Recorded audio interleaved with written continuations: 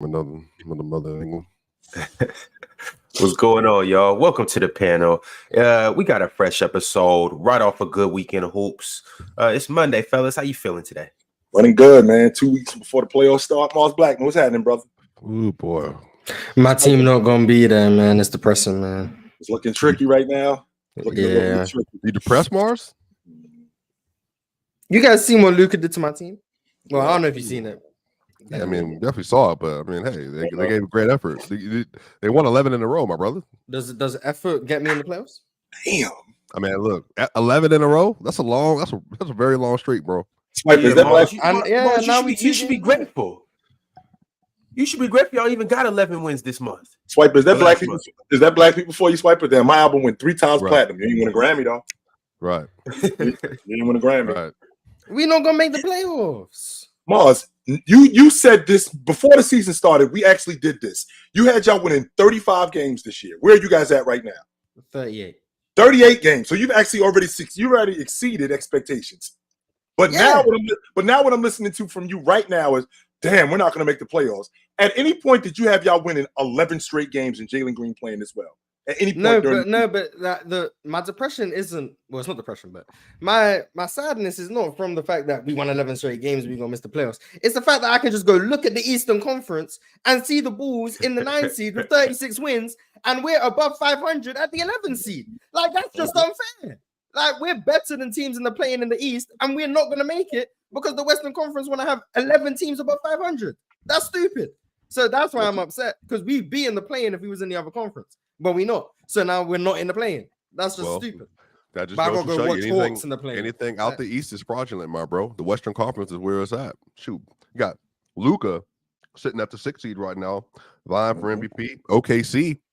Well, they didn't take down the real Knicks yesterday because the Knicks are obviously dealing with some injuries and everything else, but took down the Knicks yesterday. And then, Embiid's coming back, though, real soon. So I told y'all. We'll see. I don't know what that means, though, Ox. That's the thing. That's why I don't know what that means. I don't know what he's going to look like. Maybe he's great. For everybody He's that not doesn't going know, to the word not be good anymore. The word on the streets is that Joel Embiid will be back as early as tomorrow against OKC. So tomorrow. No. As early as tomorrow against OKC. But as late as when, Ron? They said sometime this week. They're so comfortable in the 8th seeds. Take as much time as you need. Like, they're not going to go down to 9. Take as much time as you want. You don't want to go up to 7? What difference? You're going to have to play Miami in the playing game anyway. Right. It's not like they're going to change their opponent. You don't think they can leapfrog the Pacers? They're only 2 games behind them. Who? With 7 Philly? games left? Yeah. You think they're going? You think within? Why would the Heat not leapfrog the Pacers? They'd have to go 7. They'd have to go 7-0, and to leapfrog the Pacers. And the Pacers would still have to lose 2 games in that stretch. You don't think that's just unrealistic? If they go 6-1 and the Pacers go 2 and what is it? The Pacers go 2-5. Doesn't that get it done? No. The Pacers only have to. They're only 2 games behind them. Yeah, so the Pacers would have to lose 2 more games. I don't know who has the tiebreaker. Let's just see real quick. I also think this is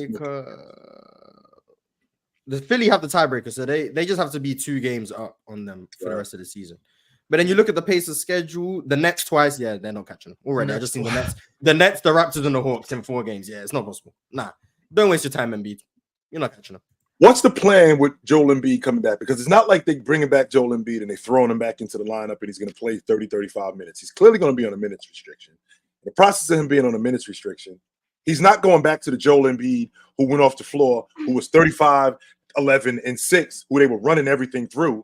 How are they going to implement him back into what they're doing now? And I get your logic, Ox. I get your logic that he's not going to automatically just be garbage. No, I don't think that's the case. But there has to be a median here because it's not just going to go from this to this.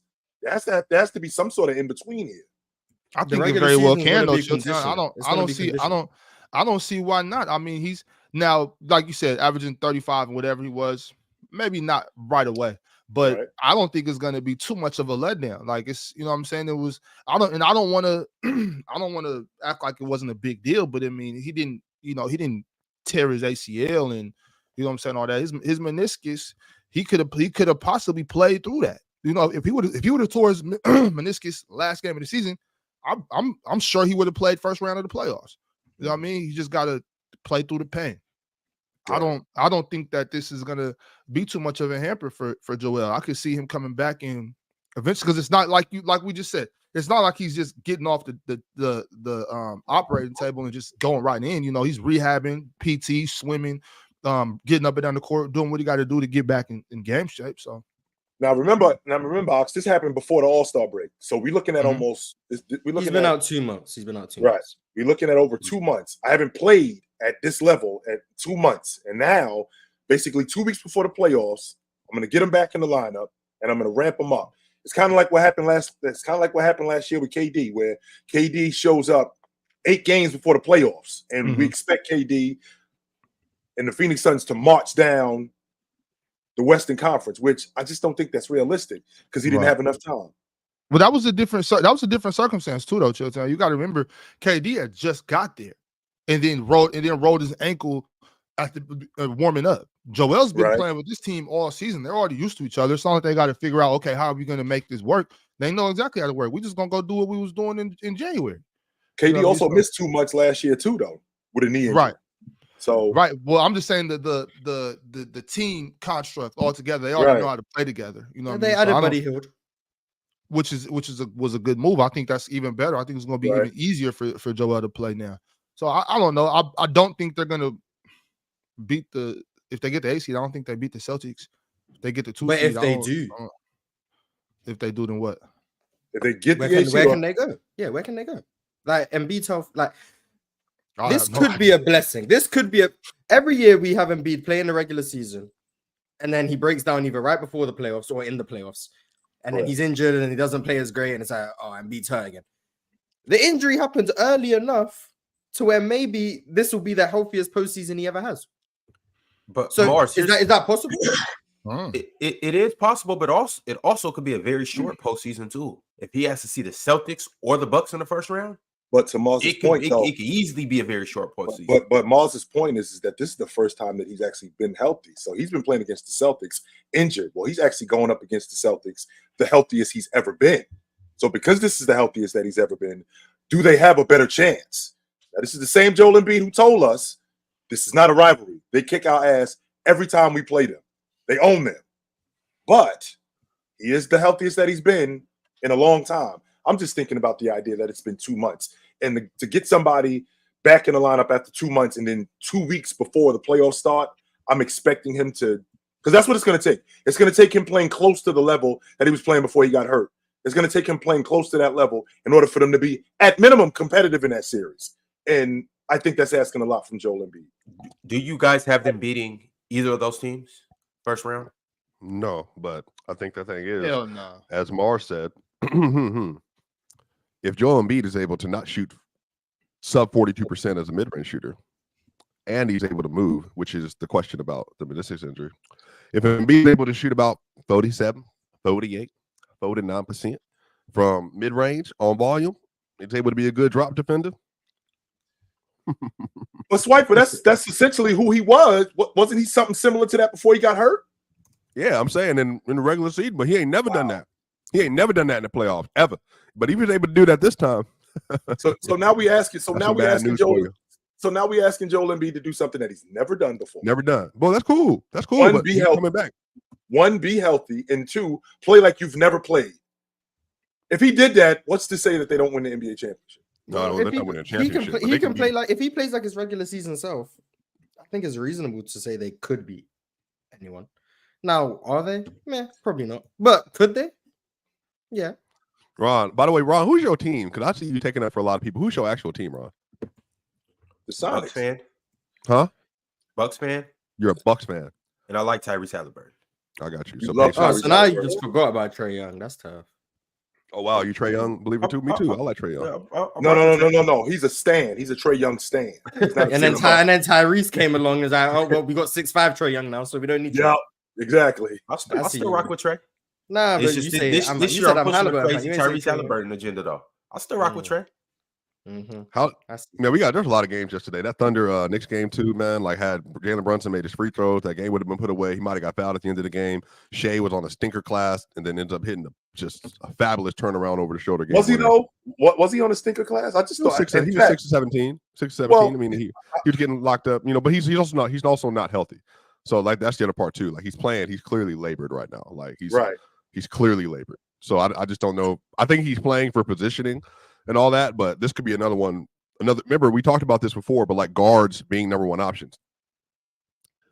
When you get like worn down over the course of the season, it's hard to maintain that kind of performance into the playoffs just because of the level of damage your body goes through as a smaller player. He's not small. He's about 6'5". So I'm saying that he's a bigger guard, but I just think like it's kind of catching up to him. I would not be surprised if he's slightly hampered going into the offs just because the amount of carrying he's had to do with. And again, they have overshot their preseason metrics by like 15 games. And like when you do that, like you're putting a lot on your body, even at 25 years old. So I'm curious to see how it turns out. But hey, I said earlier this year, I think J-Dub has all the makings to be an all-NBA player. And but he is that was out of nowhere. That was out of nowhere, to be quite honest with you. It was. He's incredible. I did not expect him to be this good this season. His shot making is incredible. His pull up when he's like him and Shea, that's what makes them so good. Like when they get into their bag, man, he can get to the rim, he can shoot, he can defend, he can play make some, bro. Like he kind of. But I'm telling you, they give me 2012, 2011 Thunder vibes where they got Harden and J-Dub, they got Russ, who the MVP spotlight player, and then they got KD and Chet. But I'm saying, like, obviously, Chet's not KD. They're not those players at their tier, but they have a really strong core. And they got Casey Wallace coming off the bench, who's a good defender, good shooter. Isaiah Joe, like they just have so many guys, and Josh Giddey's playing well. Like they got a lot of guys. Right, Mars. Pay attention, Mars. I watched him give my team 30. I watched it happen. Pay attention, Mars. But I want to tell y'all Josh Giddey got game. Just because he can't shoot does not. Chill, stop. I've been saying that. Hey, I've been telling y'all just because he can't shoot does not mean he's not a good player. I was saying this back last year in the Olympics when I was watching him play.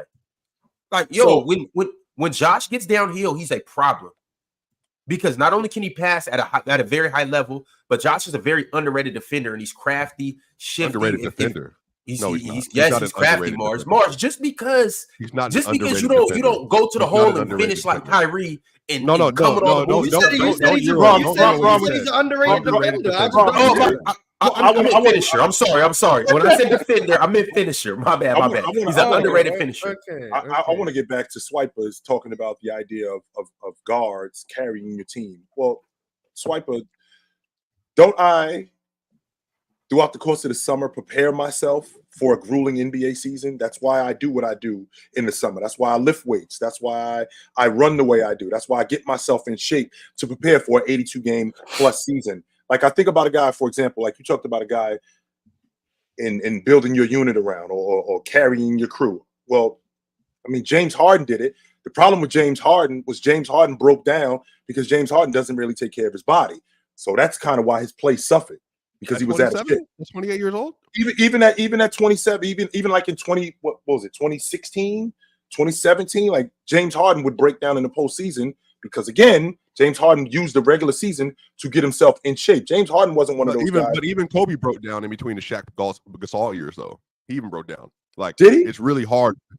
So remember, Kobe was dealing with hand injuries over the course of that time. He had a lot of wear and tear on his legs, so his shooting would plummet as the year went on sometimes. Right. This is not an indictment. This is just like when you're a guard, the amount of physicality you have to get to your spot to shoot and to perform at a high level. That's why Steph Curry is like, for a small guard, is an outlier. It's just like he was able to mostly different today with Curry. It is different today with Curry. Right. Plus, he's a lot older. Stay healthy.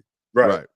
But I think the thing with I talked about this a lot. I think when you're not a wing like a Durant, Braun, Tatum, Kawhi, and even Kawhi obviously had an injury issue. Tatum's a workhorse.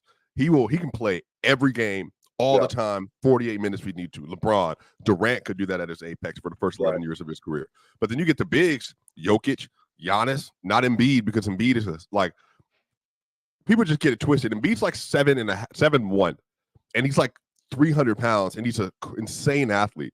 So his body is almost not designed to be able to be that agile and that dominant for this long, which is why he has injuries. But I think when you look at Giannis and Yoke, now Giannis has some back injuries and stuff here and there, but that's why they're so good. Like, they can basically just from start of the season through the finals, for the most part, they're just able to tear through the season at a higher level than most other players could. And these wings that are at the elite level, they can do it too. I think what's happening with Shea has just had a random quad injury. It's not like something that was debilitating, but it's clearly affecting his game.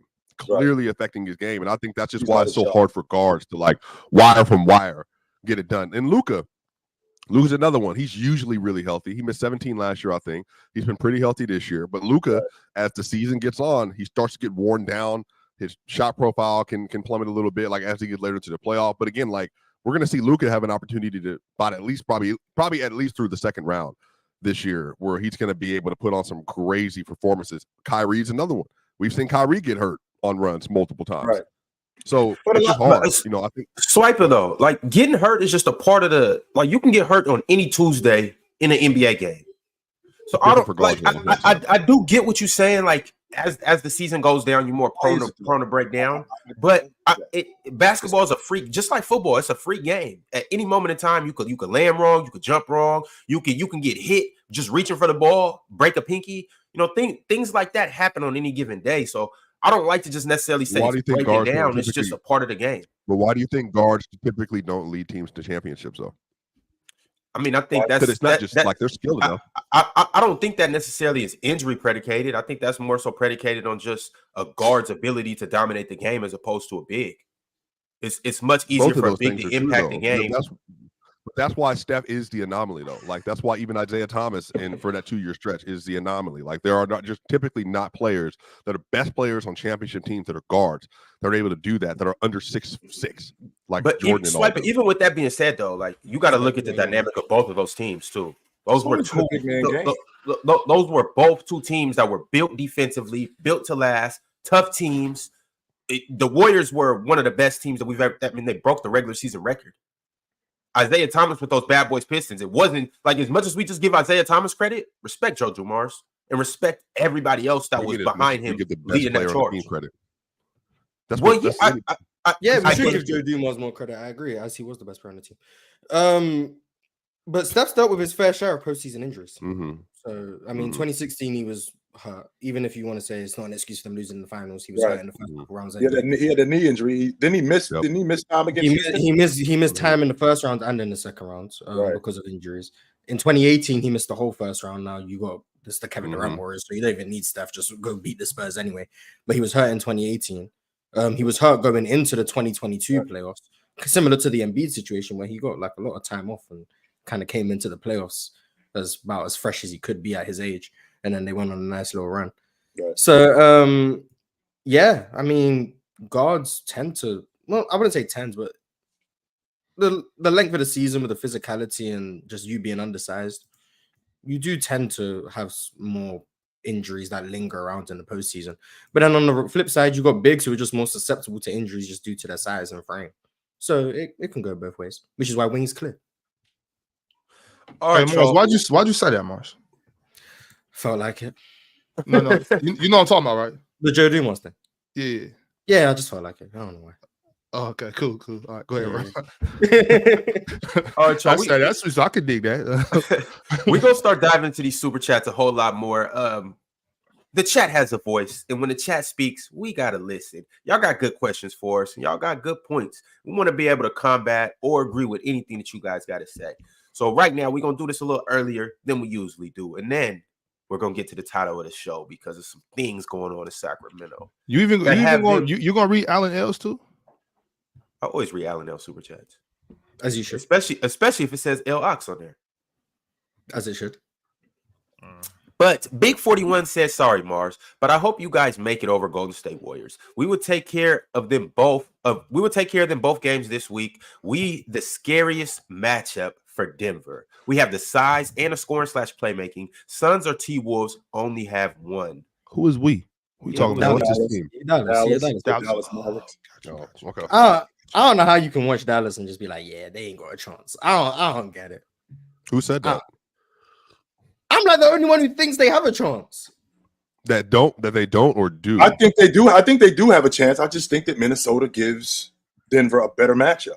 than Dallas. That's all. Yeah. It's not that I don't think Dallas doesn't have a chance. Get out the West. You disagreed vehemently. I don't think that they can. I think Minnesota has a. I do disagree with you vehemently.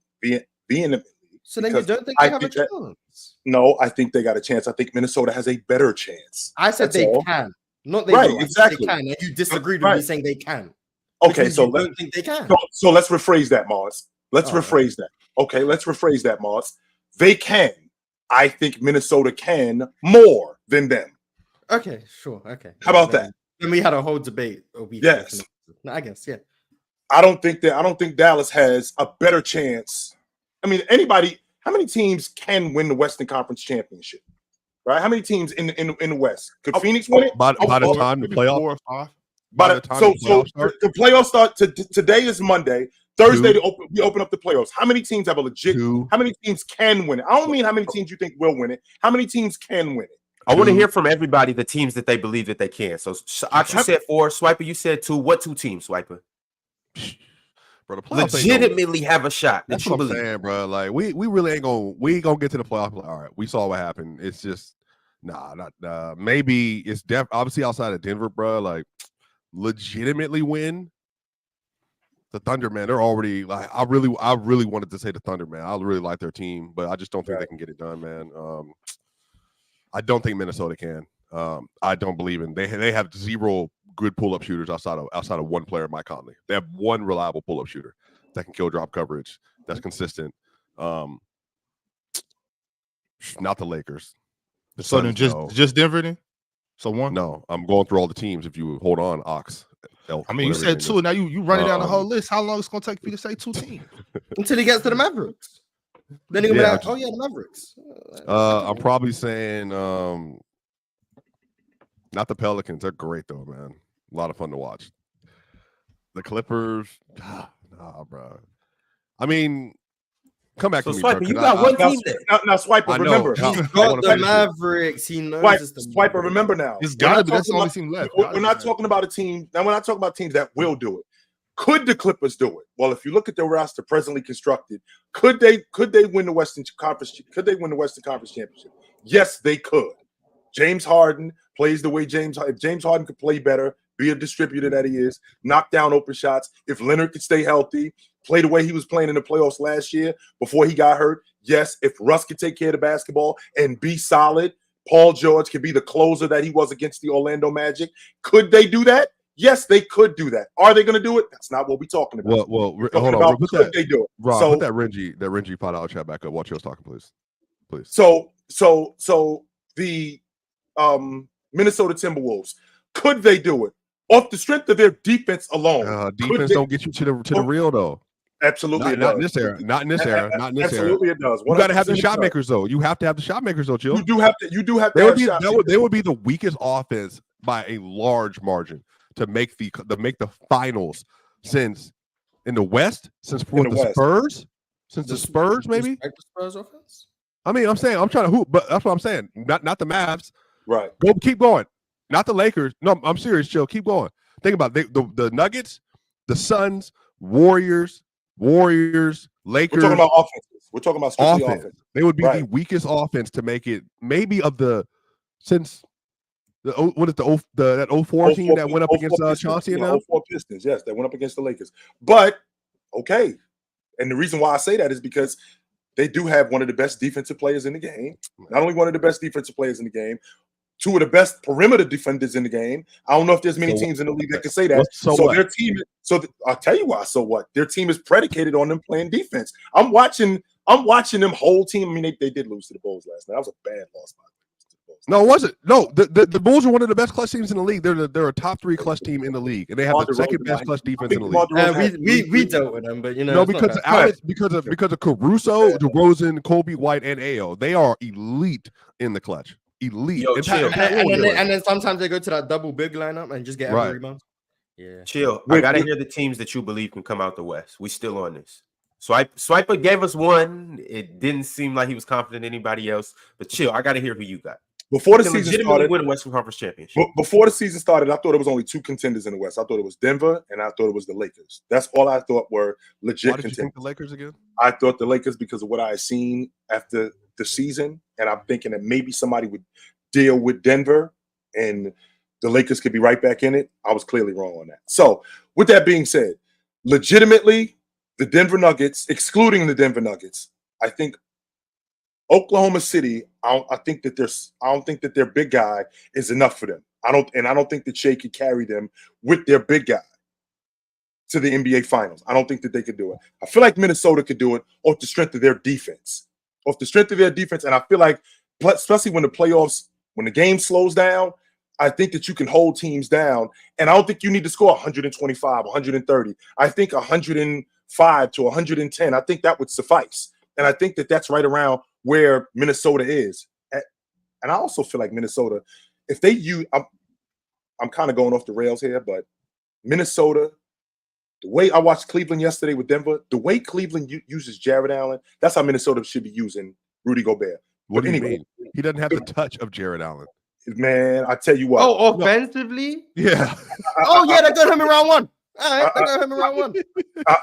Wait, chill. Listen to this. But do you know this is? But I appreciate what you're saying. But do you know that that's what Denver wants you to do? They want you to give it to your big and lead them, or be second in overall field goal attempts. Right. It completely bogs your offense down. Yesterday in that game, by the way, that you're mentioning, Jared did have a good game, but their front court was great. Their front court was great. But he took 15 shots. He led the team, and they lost by 29 points. And the reason why they lost by 29 points, because your boys hit 15 straight threes. That's why they lost by. And not only that. The fact that Mitchell was 3 of 12, he was hot. Garbage. Right. He was Donovan Mitchell isn't healthy. I know. I can see it. Another guard. That's another guard. I know. He's clearly not. So I'm so swiping. So did they lose because of the 15 threes and Donovan was playing bad, or did they lose because Jared Allen because of I don't think they lost because Jared Allen. I think it's all of it. No, but I'm saying Bam averaged 21 a game in the finals last year, and he was second in their shot attempts, but he had a 50 true shooting, so it slowed their offense down and took away their 3-point shooting. That's just like a part of the process. You want bigs to shoot more. But go ahead, chill. That Rudy Gobert. You need to get off that Rudy Gobert thing. I met you, and you got on that Rudy Gobert. Give him the ball on the ISO for post touches and all that. No, sir. Like the way that they play. No, sir. If they involved Rudy more, the way that Jared Allen is involved in that offense, I think it would open up their offense even more. But anyway, like I said about the Clippers, he scored 20 points yesterday, didn't he? Like I said about the Clippers, they could do it. I don't think they're gonna do it. Minnesota, I think that they got the best shot against Denver. Dallas, I think that when the game slows down, Luka's got the ball in his hands as much as he's got the ball in his hands. I think they could do it because I think that Kyrie Irving also takes a lot of pressure off Luka, and I think that Luka could get off the basketball more and let Kyrie Irving be Kyrie Irving. I don't think they're going to do it. I don't think that Minnesota's the only team I see in the Western Conference that I feel like will give Denver a legit shot. So you think it's Minnesota and Denver? That's it. Okay. That's it. Mars and Ox. Get back to you guys. Got this super chat from David Mujinaya, $33.75 in Canadian. But you could send $33.75 in euros or dollars or whatever you want to too. But David Mujinaya said, who y'all got in the 2 big women's games tonight? And do y'all think the women's do y'all think what the women is doing today for the WNBA could be like what Magic and Bird did for the NBA in the 1980s in terms of making it more popular? Talk to me, fellas. I just think I got Flagey. I just think LSU got a better team. Oh, really? That's what I got. I kind of want to see Juju. I kind of want to see Juju and Caitlin, but either way, it's gonna be great, bro. I can't wait. It's popcorn. Who y'all got in both games? Legitimately, who do you think's gonna win? Not who do you want to win. Who do you think's gonna win? Let's go with the Iowa LSU first. Arch, you said you got Flagey. You got LSU. I got Flagey. Okay. Swipe a chill. Mars, if you will. I think LSU just got a better team, to be honest. Yeah. Overall. Yeah, they do. LSU. It should be LSU and UConn, probably. Don't sleep on that Iowa team, though. I'm not sleeping on it. I think in terms of the way they play, like as a unit, Iowa has the best team here right now. In terms of how their cohesiveness and their chemistry. I'm not talking about talent, Ox. I'm talking about the way they play together. I know what you're talking about. And they know their roles and they play their roles and they play as a unit. Who do you like? Who's your of the main of the three main but four main players? Who's your favorite player, Ron?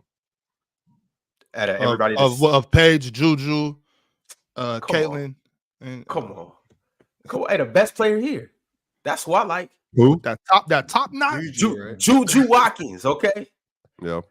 Juju go crazy. Bro. I like Juju. She said shot chucker she is.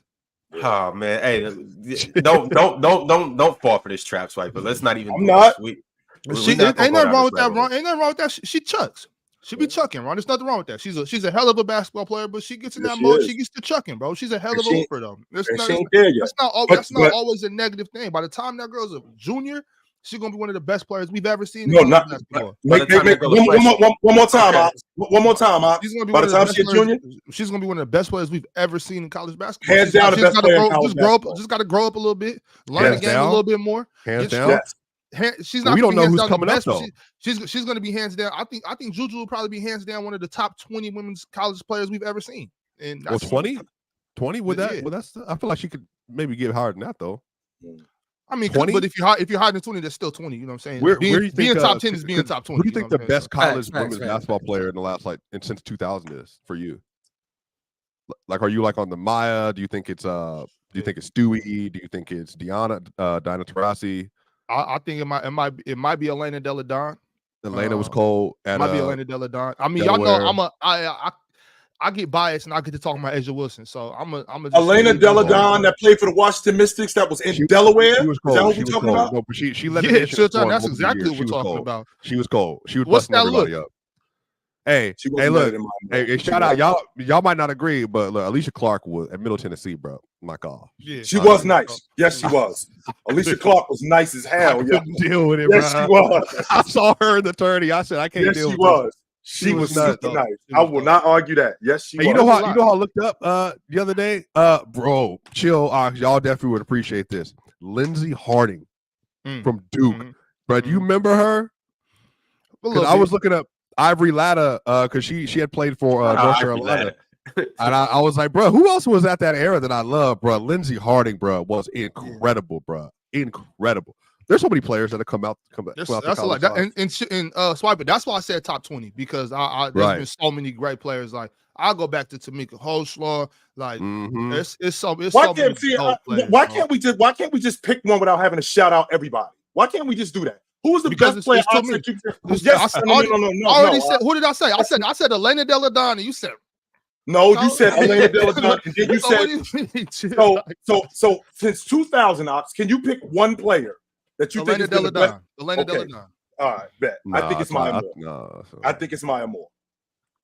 But it's Maya because remember she went like 92-0 for a run. Like she wasn't losing at all, at all. Don't say she though. What squad was she on? She went to UConn. What? Yeah, but she was still the best player on the team. Remember Odyssey Sims? Not Odyssey Sims. What was the girl? Well, y'all, what was the girl's name that came after 23? Number 23. She came right after her. I just remember Nikisha. Man, I know you remember who this is. Her name started with an M. Somebody in the chat knows what I'm talking about. She came right after Maya, and she got drafted super high, and she was really good, but she just didn't turn out to be as good as Maya. Came right after her anyway. But yeah, she was on the squad for sure, but she was still clearly the best player on that roster, though. Like, right? No, for sure. She was definitely the best player.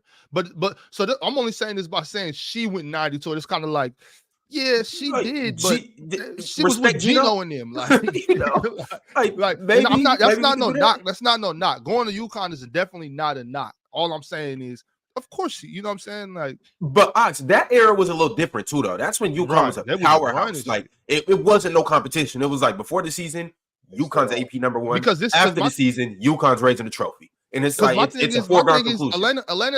Elena Delle Donne elected to not go to UConn and be their best player because she was going to be their best player. Bro, Tina Charles, and instead stayed home. You know, obviously be close to her sister and ran that program. I don't know. There's so many they had Tina Charles, they had Maya Moore, they had Renee Montgomery on that 2008 team, Carolyn Dottie. You could have stopped at Tina Charles for real. Yeah, no, she was no, they was cold. I'm saying they was loaded. Moss, to give you some context, this UConn team this year, this is the 30th straight year they've been in the Sweet 16. Essentially, what that is I know that sounds ridiculous.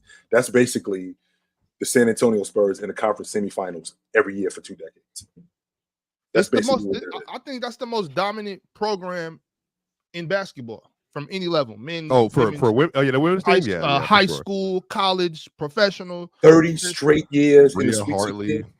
So you basically are, but so the committee is basically they already got hotel reservations for UConn every year in the Sweet 16 for 30 straight years. That doesn't make any sense. But yeah. So to answer that question, I'm gonna go ahead. I'm gonna rock with Elena Delle Donne for sure. Shout out to Maya Moore though. Shout out to Candace Parker. Kalina Mosqueda Lewis. Y'all remember her? She was cold. She was number 23. She was a 4 from Cali. She was cold. Remember that was Breonna Stewart, Stephanie Dawson, Kalina was on that roster. Bria Hartley, Caroline Dottie, and Mariah Jefferson. Bro, they weren't losing. That's a squad, bro. You beating that. Yo, but fellas, let's get back to the super chat though. Who do you guys got winning LSU and Iowa? I just think LSU is a better team, yo. Yeah, LSU probably, man. Alex, I really hope that you don't sit here and think that Flagey gonna shut the door on Caitlin Clark, because she's not. No, she's clear on that. She's not. Not. I am watching the game, and I want you to. This is what I want you to be, Alex. I want you to be diplomatic.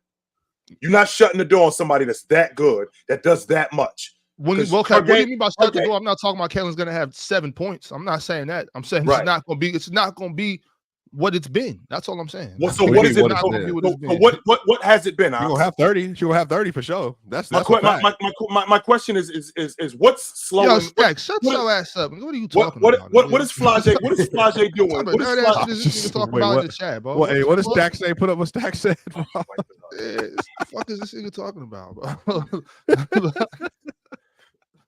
That lightweight just got me tight.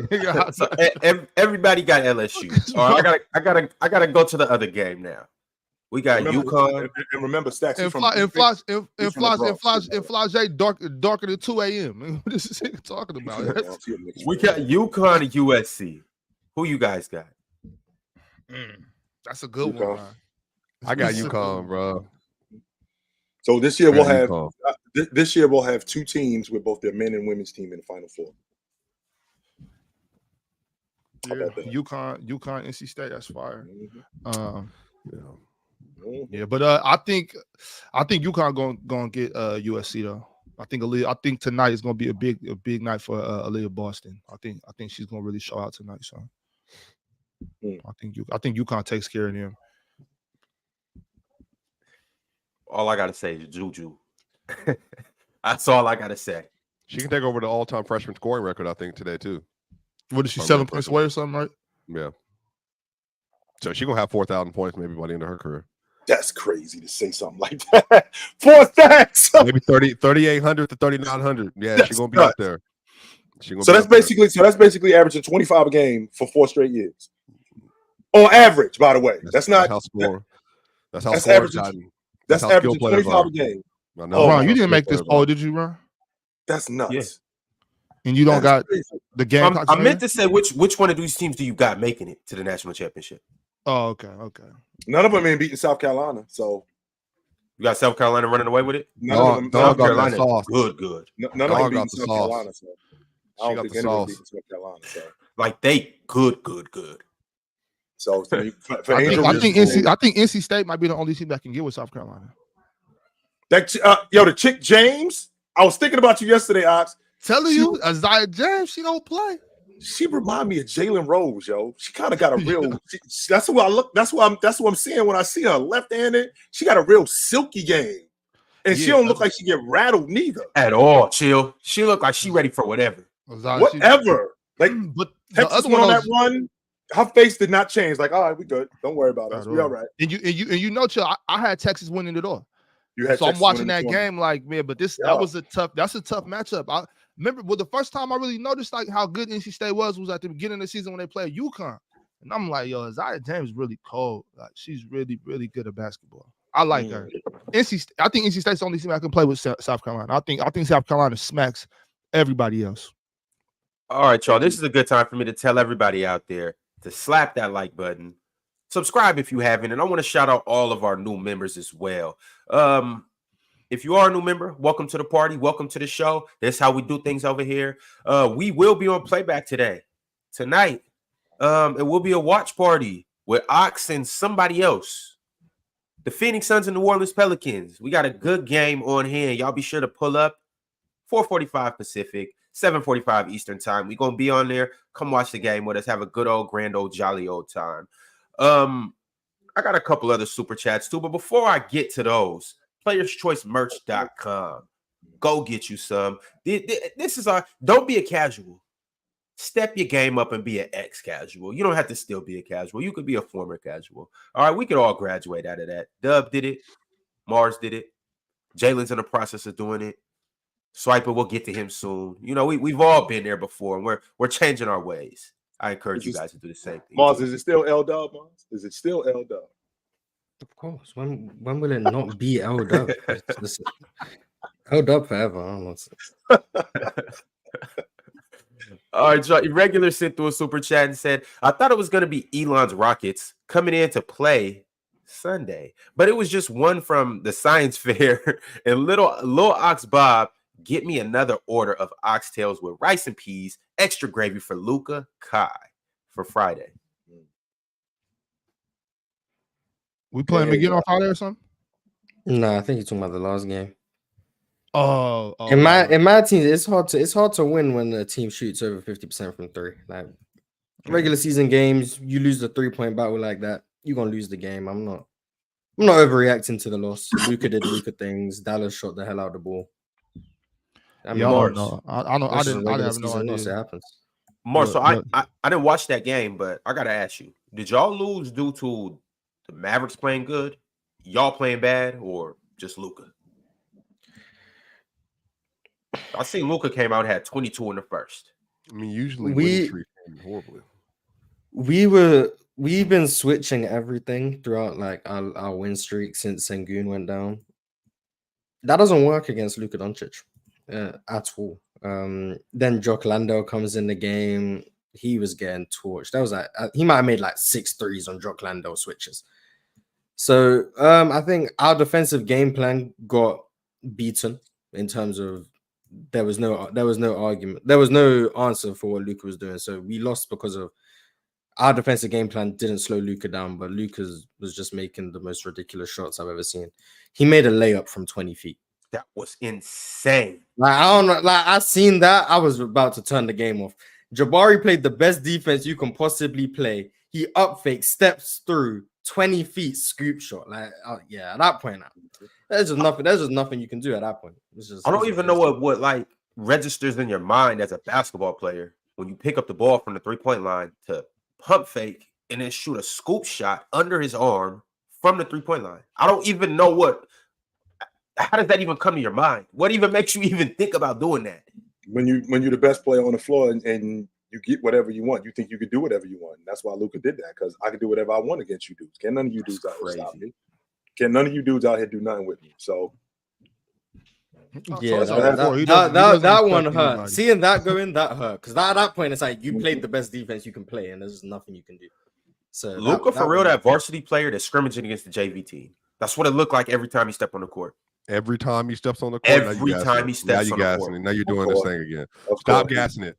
Stop gassing. Are you guys being serious? Respect the NBA. Can you respect the NBA, please? No, wait, hold on, real quick, Ron. I'm gonna tell you why. No, because he doesn't respect the NBA. How many times I got to come up here and tell y'all he doesn't respect anybody in the NBA? He just be out there just chilling. Like, oh, you talking about Luka? Yes. How are we supposed to respect it and he don't respect it? He clearly out there. I respect it, but like Ron over here talking about everybody's JV. I mean, Giannis putting up 31. 11 and 6 is not. Is that not silly? I never said anybody else isn't. I said Luka. But JV, Giannis can be a varsity playing against JV too. But we're talking about the man who's leading the National Basketball Association in scoring. We're talking about Luka, who's finna damn near average finish the season averaging 35. You can't tell me in any universe that somebody's averaging 35 in the NBA and it don't look like they playing against a JV team. That's a player choice. Tell me when does Luka look like he's been struggling this year? Tell me when does Luka look like he's not having his way? First off, he's been great. We don't got to be telling like he had a game against the Pelicans where he looked bad. I remember that game. He's had plenty of people. Everybody has bad games this year. Ron, PPG, Ron. Okay. PPG. I still don't. Chill, it's just popular. Everybody wants one. Everybody wants PPGs. Everybody wants a BBL now. That's all it is. Just it's a BBL of the NBA. Go ahead. What is Points it per talking game. about? What's the PPG? I have no Points clue. per game. Points per game. Oh. The more points you score, the better. Chuck. I mean, I don't get how what Ron said is a hot take. It's not at all. Luka makes shots and goes back on defense laughing. Like he It's clearly so doesn't obvious. respect his opponent. He Like- got that look in his face like, bro, I'm about to sock this dude. He Like, starts laughing after every shot he makes, and then he's going at 0 miles an hour, but then he accelerates to 2 miles an hour and leaves you, but then he'll slow down back to -4 miles an hour. Like he didn't take us serious at all. That's the thing. That was All this bad. time, I've been called a Luka hater a lot of times, just because there's a lot of things about his game I don't like. But I'm always the first one up here to say, that dude is dope. You can't really. It's like he borderline unguardable. He really get that look in his eyes where he's just kind of bored. I don't think he's gonna play in the NBA long. Honestly, I think he's gonna get tired of the shit in a couple of years. Like, oh, I'm going home. The I'm done with NBA. it. Bring me somebody. Luka gonna be like, bring somebody that can get with Like, me. I'm gonna make $1 billion I'm in this league. Bring me somebody, or I'm leaving. I'm not doing this no more. This is He's child's not. play. But see, that's the It's thing. child's though. play. Chill. He's not challenged. There's nobody. He's just out. He's bored. He's not challenged. Bored. He ain't been past the second round, he ain't been past the third He's of the second bored, round. Swiper. I don't care. I don't One give a time. damn about How's none of that. he bored? He He's won a championship. He's not bored. bored. Postseason runs that we had. He's very ready. He's been in very the ready. playoffs 3 times. He's been in the playoffs 3 I times. know, but I'm saying, but he's very ready. He is very ready. Swiper Luka is He's 24. No, 25, he's 25 25. now. But I'm saying, like, okay. I'm countering Ron's point. He is very ready for everything else to come. That dude is competitive as crap. So he will absolutely be ready. He ain't gonna be bored for nothing. He want to win MVPs. He want to win rings. Luka's got all the right stuff. He really does. That's why I don't understand. No what that man wants. He still don't take bored. he still don't take everyone serious in the regular season. Nobody. He doesn't take He anybody serious. ain't take There's us nobody. serious. I'm really, like I said before, I think he only respects Jokic, and he only respects Jokic because Jokic Look at is chill. dope. Look I at don't chill. think Look he- at chill. I Look at don't- chill. This sounds wild as hell to me. Like he's just out there. Do a close up, Ron. Do a close up on the hateration. You can't tell me if you watched the game last night. You can't tell me he had respect for Houston. He didn't. Even if you let's just say for the sake of argument let's say for the sake of argument that you don't have respect for him, but the disrespect the game, like he's just showing up. Because that's what it sounds like. Game, he's just good. That's what it. No, He's not. he First and foremost, walks on the court and he just better than everyone out there. That's what's first and foremost, he's not just good. He's better than that. Way better than that. All right, that's number one. But to average 35 a game in the NBA, I'm not just out here lollygagging. I'm not just out here goofing off. No, I never said that. I think you and Swiper took it the complete wrong way when I said Luka's out here looking like a varsity player scrimmaging against JV. Scrimmaging a freshman, Ron. He just Ron's just saying every time he's out on the court, he's just better. He's better than 95. He's better than 95% of the guys. 99.9. When he steps on the floor, I'm better than all of you. 100. No doubt. No doubt. He's the 18-year-old senior playing against the 13-year-old freshman. And that's every night.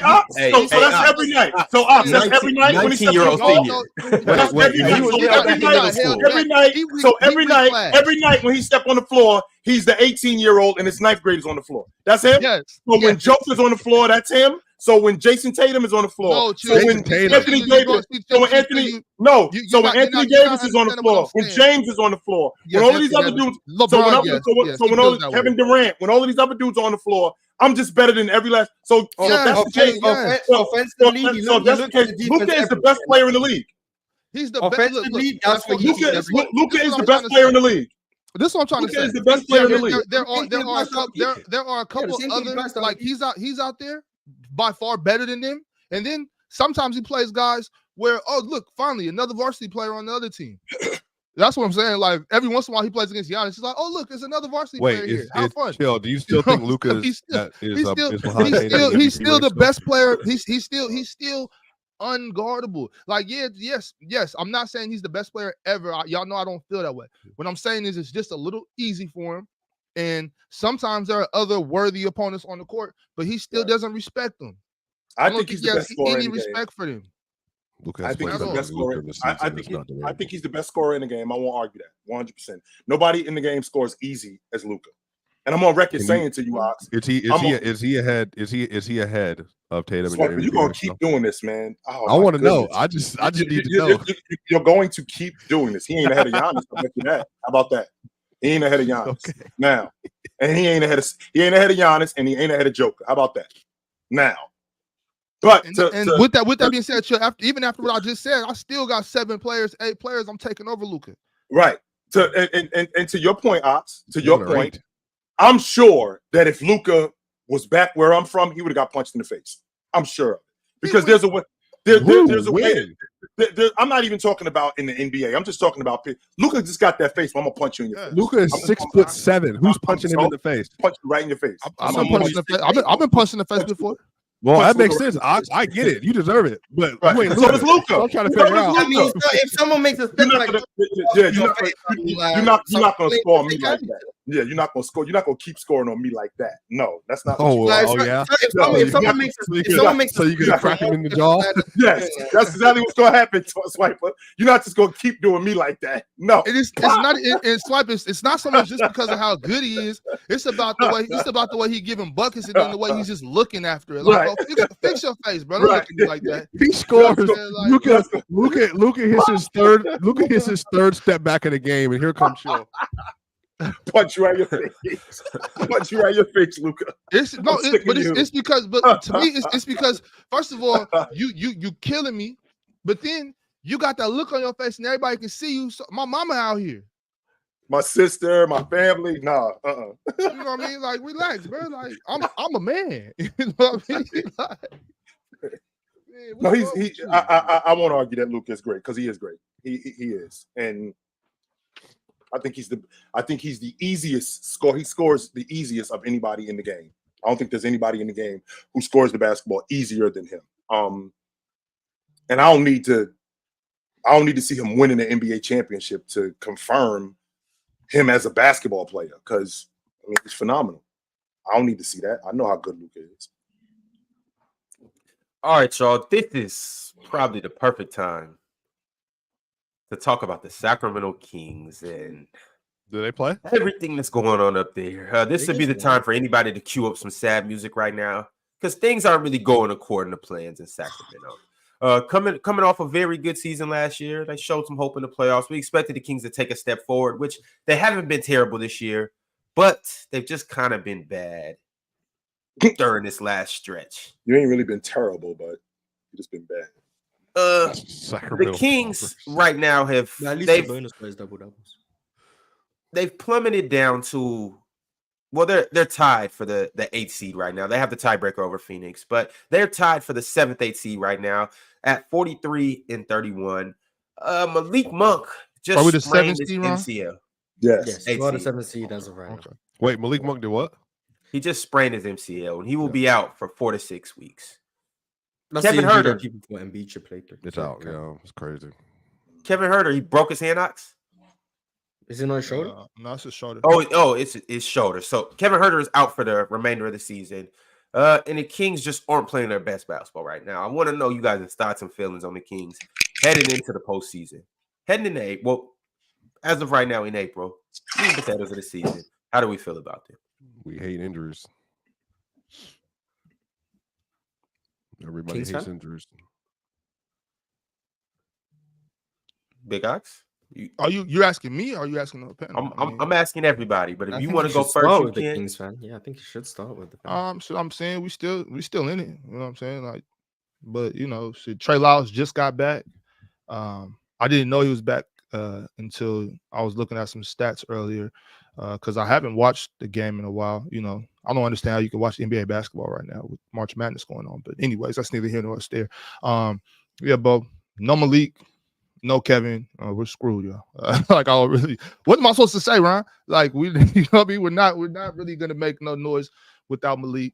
Kevin Huerter, he's out for the season, you know. So, yeah, I mean, anybody else? This really throws a monkey wrench in what's said. I mean, it was bad. It was bad enough that Trey Lyles was out for the time he did. We lost those games without him, so you know we can't really. But without Malik, but we don't got to. One of the main reasons we have no hope, Ron. Zero hope without Malik. That's a top 3 playmaker in the NBA. I mean, per the time he gets on the court, I wasn't mad at that take when he said it. I wasn't mad. Like he really distributes the ball. He's actually a really underrated passer. I agree. But, one of the main reasons why they was in the position that they was in because of Malik Monk.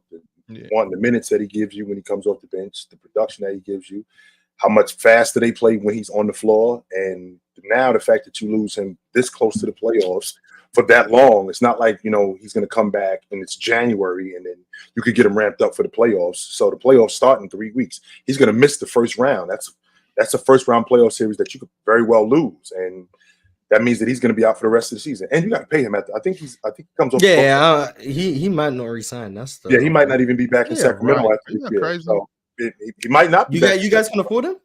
Malik ain't going there, bro. Come on. I mean, you got him on a cheap. I think you had him at like 18 million for 2 years. So the fact that now he comes off the books, no Trey Lyles, like you just said, big ops. Trey's back. So Trey Lyles just got back. Yeah, okay, so back. but Herder's out of the lineup. So Herder's out of the lineup, and Malik Monk is out of the lineup. That's shooting that you now no longer have, that you needed. Not only that, that's another ball handler in Malik Monk that you needed, that you don't have. And Malik actually does compete on defense. Is Malik an all-league defender? No, I don't think he's that, but he will compete on defense, and he'll give you effort. So now that's stuff that you can't really replace. Having the best rotation player in the game no longer in your lineup, who you counted on heavily in order for you guys to win. There's a reason why you guys were where you were before he got hurt. And now the fact that he's out the lineup, I think that makes you guys, put you guys in a really tough situation. Really tough situation. Yeah, it sucks. Brooklyn going to throw some money at him. Why would they do that having Cam Thomas? What's the plan moving forward? They don't want to lose games. Cam Thomas. They don't want to lose games. And because Malik Monk is one of the 3 best playmakers, so he can play next to Cam Thomas. But they don't want to lose games. So they're going to throw money at anyone who they think can help them win games, because since they don't have their draft picks, they can't afford to lose. So they're going to start throwing money at anyone who's a free agent. Tobias Harris is probably going to get back from Brooklyn. Because what are they going to trade him for? I'm trading Cam in a heartbeat. I'm getting rid of Mikal. I'm getting rid. I'm sorry, I'm getting rid of all that. But for what? Like, what do you mean for what? What are they going to tank for? But if they don't get their picks, what's the benefit of getting that's picks? Fine. I'm still getting I'm getting picks. I'm getting assets back. I don't want them on my But then team. you're going to lose and then just give Houston a top 5 pick every year? First of all, Mars, we already know who Brooklyn is. We have their picks. Like, right. Okay. Mars, you have their picks until when? 2027. Okay, so 3 more years. Oh, wait a minute. Yeah, this 3 year more and then years. 3 years after that. Yeah. Right. This year and then 3 years. Okay, so with that being said, what's the foundation in Brooklyn? Who is their franchise player? They think it's Mikal Bridges. Okay, well, it's clearly not. So if it's not Mikal Bridges, that means it's not Mikal Bridges. So that means we have to draft. Either. It's not Cam Thomas. So we have to draft one. Oh, wait a minute. We don't have any draft picks to draft one. Okay, so what's the alternative? The alternative now is we have to start trading guys to accumulate more draft picks so we can actually build a foundation. Nobody thinks that the Brooklyn Nets are winning the NBA championship anytime in the future. But what can happen is we can get draft picks, maybe where we can develop a foundation here, where we could get a franchise player, where we could build our unit around that guy, as opposed to continuously doing what we're doing, which is building around a guy who's a 3rd or 4th rate guy in Mikal Bridges, and this being the end of the season, which is 11th place, 12th place. That's not going to get it done. Yeah, but so you trade. Apparently, you what trade looks like Mikal Nets Bridges fans, to a contender, you're going to get what, the 26th pick? Like, so it sounds like Nets fans, they just want to hold on to everybody because they feel like they'll be too bad, giving up good picks, and then now they won't get the assets back because they're going to be 27, 28, 26 on the draft boards, and because of whatever, now you're not going to get the assets. I'm saying they're in a trash situation. They don't even have a young asset that I want to build around, period. Cam Thomas, any of them. They're not good enough for me. So yeah, they okay, cool. They can keep doing what they're doing now. This is twice they've blown up their franchise for absolutely no reason whatsoever. They got rid of Kyrie. And they bottomed out last time, and they ended up giving. They got rid of Kyrie. They got rid of Kyrie, Durant, and Harden, and got absolutely for Mikal, Cam, Nick Claxton. Sure, I'll take Nick. That's it. I don't want anybody. Yeah, Mikal, that's 4th option. Sure, no problem. It's just insane. So Mars, you end up with their picks from the James Harden trade. Is that correct? Because it's again, I think that was the torn Achilles heel right there. That destroyed everything. Having to give up who you gave out, like trading Karis LeVert and Jared Allen to Cleveland for what you traded them for. I think that's something completely different. All them picks that you gave up for, it was a short term. It was a short term investment that went really bad. The question is how do we get our picks back? Because that's what I we offered need. the trade, and you said I was trying to rob them. And to be honest with you, Mars, it actually was a good trade. I just didn't want to do it with you because I think you're a scumbag. If Damo would have brought this to me, I probably would have done it with Damo. I don't want to do it with you, Mars, because I think you're a fucking scumbag, and I think you're trying to rob me, even if it is a good deal, which it was, by the way, because I could get my picks back, and I can not only get my picks back, but I can also build around Jalen Green with more picks. But instead, I'm not listening to that because it's you, Mars, because I know that's you and you're trying to swindle me on some level. And I don't want to deal with you. I don't. So if Damo would have came to me with that, I would have been like, you know what, Damo, I'm listening. Talk to me, brother. What you got for me? You, Mars, you're a scumbag, and I'm not dealing with you because what you're going to do is you're going to flip my franchise over. Add that to the fact, Mars, that the last 2 times, that's just what I did. I don't want to do it again, and I definitely don't want to do it with you. Definitely don't want to do it with you. We got it. What's good, Damo? We got to get back to the Kings, and I got to hear you guys' predictions for the Kings, basically from here on out the rest of this season. We all know that his new name is Mars Ainge, so we don't have to worry about doing any deals with him.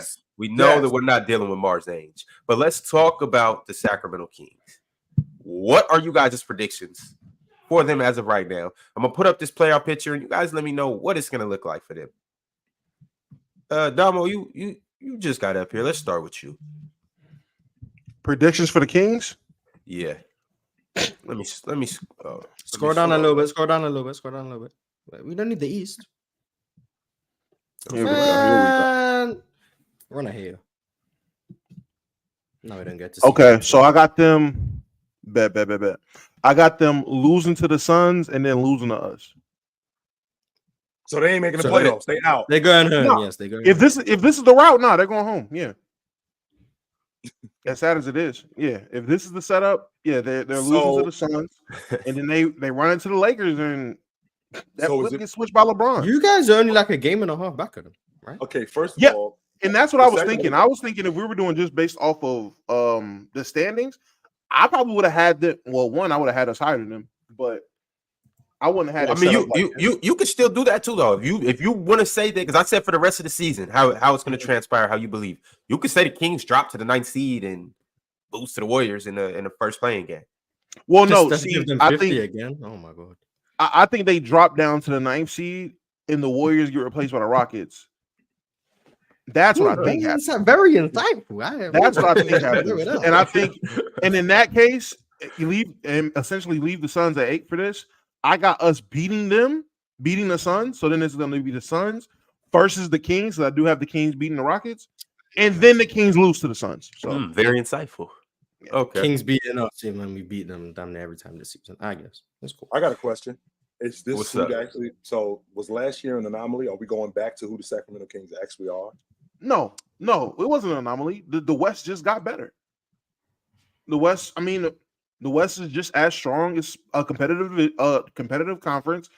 It just wasn't their year. It's not an indictment on them reverting back to the Kings of yesteryear or what we used to know the Kings as. The Kings are still a good team in the West. The Kings are still a team that can give anybody a run for their money. The Kings still have a bright future. It's just this year how things panned out. A lot of other teams, it was just super competitive. I dare you to keep Sabonis off that All-Pro team, though. I dare you to do it. Now, if they do that, I'm with Ox. They are hoeing the Kings at that point. I dare you to keep him off the All-Pro team. I dare you. Chill. I gotta ask you next. That's not possible, Chill. It's not possible. Yeah, too many guys that miss games. So yeah, he'll be 13. He's gonna make it by default. Yeah, I didn't think it was possible for them not to have a All-Star. So the fact that they was able to snub one of them off the All-Star team, well, both of them off the All-Star team, lets me know anything is possible in the NBA. Anything's possible. Chill. Predictions for the Kings. Where do you see them finishing the regular season at? And what do you see them doing in the postseason? I think they got with the injuries that they have, they probably got the toughest road, with the exception of Phoenix. It's going to take a Herculean effort from Sabonis and Fox in order for them to get out of this play-in tournament. And without Herter and Monk, I think this team misses the playoffs this year. I do. You think they missed the playoffs? I think Domo said the same thing. You ain't react like that. I think they missed the playoffs. No. I'm thinking he's saying that they dropped below 10. Oh, yeah. Oh. I think they make the play in, but I think they lose. 5 games back. We're 5 games back. I don't think we catch. I think they missed the playoffs off the strength of these injuries. They can't succumb to them. They end up succumbing to those injuries. I think that's the biggest issue. Okay. Swiper. Kings predictions. They probably lose 7-8 now. And then they're 9-10 with the Warriors. Lakers. So Order Rockets. No. Warriors. It's going to be them and the Kings. Mars, you out on the Rockets. Huh? Hell, that's what you said earlier. No, what I said was I'm disappointed. sad. I'm sad. Yeah, I said I'm sad. I never said I'm done with the team. Okay, so let me rephrase that, Mars. What are you sad about? That Luka gave us 700 points and we lost. I thought he had 550, but that's another conversation. But so the fact that you lost, is that the only thing you're sad about? Yeah, our 11-game winning streak came to an end. We lost to Luka. Jalen Green's not going to win Player of the Month now because Luka want to go get 47 and Jalen Green had 12. On the last day of the month, Mars? God damn, can I have one bad day? The last day of the month? Even though I've been doing everything when the other contestant has 47 and you have 12, and he was already averaging a triple-double for the month, it's kind of hard to win now. So, yeah, I mean, it was just a sad day. Yeah. But I still believe in us somewhat. I think we're going to put up a fight. Once we beat Golden State on Thursday, we're going to put up a fight. That would be the easiest playing game of all time. I hope the Rockets make it into the playoffs. I would say that it's going to be the Warriors Kings, and I think that's tough. I think the Warriors would win that, and that would just because I think no Monk, no Herter, Steph, Dre, dang, bro. Yeah, I think the Warriors are going to get in. So I think it'll be the Warriors. But you got the Kings still finishing the regular season ahead of the Lakers, though. Yeah, how many games are up are they? 2? 1.5. 1.5? Yeah, and the Kings have the tiebreaker. The Kings have the tiebreaker. Yeah, well, till they're 2 games. Till they're 2 games up then. Wait, so in that scenario, you have the Warriors beating us, Swiper? Because I got the Lakers winning. So the Warriors will go home. It'll be the Kings and Lakers winning. Oh, it'll be the Kings and Lakers. I guess, yeah. I mean, the Lakers might get them then. Yeah, because the Lakers will be 9-10. I think the Lakers will win. Lakers versus Kings, and you think the Lakers will win? Nah, I'm not doing that. I'm not letting some nonsensical win streak. But AD better get it done. I don't want to hear nonsensical win streak. It's a reality. Yeah, I know, but it's not. AD better get it done. I don't want to hear all that nonsense. I don't hear that. If Bron is who Damo thinks he is, he better get the job done. That's all I know. Then, but do you think they're going to get it done? Yeah, I do, because LeBron's been really good to play, and that's where he shows his best stuff. Down at the bottom of the barrel. Yeah, I guess 4 in the regular season. LeBron gets into the playoffs at the A seed. He's playing either. I mean, I don't know. The Thunder are going to finish him. It's going to be either the Wolves or the Nuggets, I think, at the top. Dude, you know how mad I am if I'm the Thunder and we earn the number 1 seed and we got to see Bron and AD? Why would you be angry? But then you win. Damo loving this because this is what Damo talking about. This is what he was talking about in January. This is what he's talking about in February. Because could we see 2 consecutive years where number 1 seed drops number 8 seed drops a number 1? Can we see that in 2 straight years? Yeah, we're gonna see it. We're gonna see it in the East when Philly beat Boston. What if that happens? Breach. That'd be crazy, spitting, brother. No, wait. I don't know what to tell you. People forgot who Joel Embiid is. It's cool though. People forgot. The Western Conference would run through the Eastern Conference if there's no Celtics coming out the East. I think that would be maximum versus 4 teams, a 6-game series. No, they're not. They're not. The Bucks aren't beating these teams. Facts. Mars, you don't believe that. Don't make I go Philly. I don't know. Tell you, I go Philly. So. Can we at least see how Embiid's gonna look before we just? No, he's gonna look like Joel Hans Embiid. That's what. And by the way, this is the same Mars who gets on Ron for booking Milwaukee every year. Meanwhile, Mars, who you got this year? You said Philly. Who did you have last year in the playoffs? Philly, man. Philly in 7. He did the same thing that Ron is doing with Milwaukee. The exact same thing. Meanwhile, he gets on Ron about Ron being with Milwaukee. I'm sick of you, Mars. I'm not gonna say I told you, sir. I'm sick of you. I'm sick of you, Mars. Embiid just gonna be holding that Finals MVP. I'm just be like, yeah. Mars, why do you do this? Your trolling isn't good, by the way. Everybody really isn't, right? I'm not trolling. Embiid's gonna be healthy. On the Embiid's gonna be healthy. And I no one healthy believes you. Embiid can beat Mars. I don't know if it's your accent, if it's the hoodie. No one believes you. It's the slouching. No one believes you.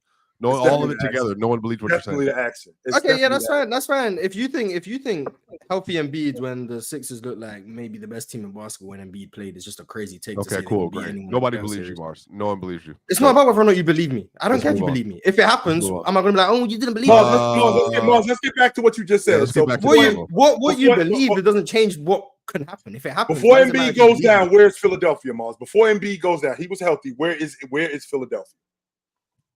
Like, where were they in the standings? Yeah, I think they were the number 3 seed, if I'm not mistaken. Probably, but that's because Embiid was missing games. But I know they were 26 and 8 with him, or 20. Yeah, no, he played 34 games. He played 34 games. So 26 3 road games versus plus 500 teams. I remember he played 21 home games. Those 21 home games, I think 13 away games. So that's a little over a third of the season that he played. A little bit. And they look like one of the best. And they look like one of the best teams in basketball. Yeah. So if he's able, that's Troll Mars. So if he stays I don't healthy, get why people think this is his second personality has a name. It's not a personality. It was a point where that was his primary personality. Y'all are enablers. It's crazy. It's crazy that somehow me saying Philly getting their MVP back makes them hard to beat in the playoffs. After being out for 2 months, Mars. You said he's going to be holding the finals MVP. I said they can beat anyone in the East. You said he'd be holding the finals MVP. That's when I said they can beat anyone in the East. Where they're going to? That's when I said you're a troll. If they can beat anyone in the East, where they're going to be in the finals. Sure, Mars. Okay. Sure, Mars. Okay. However, Mars, we have to take under consideration he hasn't played in 2 months. And what we're going to do is we're going to throw him back out. No, hold up, though. Swipe and chill. Y'all really sincerely believe that the Sixers can't beat anybody in the East? Who said that? With an unhealthy Embiid? Yes, I don't think they're going to get through anybody if Embiid's hobbled. I genuinely don't. And I'm all okay. He's healthy. And that's fine to believe, and not even believe that. It's fine to assume that. It's fine to have that assumption until you see something different. Trust me, I am all about anything is possible until we see it. I genuinely, with the track record Embiid has had in the playoffs thus far, with the track record he's had throughout his career thus far, an injury like this, where everyone's concern at the time was, do not bring him back. Now the rumor mill starts that he's coming back. You see a couple Ben Simmons open gym clips, and now we're talking about, he's fine? No, I don't believe. I'm not about release. I'm not falling for the genjutsu. I'm not falling for it. I need to see that he's healthy enough to compete at the MVP level. I need to see that he is not having some lingering issue to where he can't play back-to-backs. He's only playing 1 game a week. Oh, he can go 2 times this week, 1 time that week, and now he's only finishing the season playing 35 games because he's not really healthy. He's just forcing himself through it. I'm not trying to see that, man. If that's the Embiid we're gonna have, I genuinely don't think they're not winning with that Embiid. They're winning with healthy Embiid that's going to be there. Yes. Okay, Mars. So which Embiid are we getting? You said he's healthy, Mars, and I appreciate the logic that he has not forgotten how to play basketball. But I can't take off the table that I haven't played in over 2 months. Not only have I not played in over 2 months, sure, this is a different Philadelphia team, but you're not going to ask any less of me now that I'm back in the rotation, and you're going to ask me to do what I was doing before I got hurt.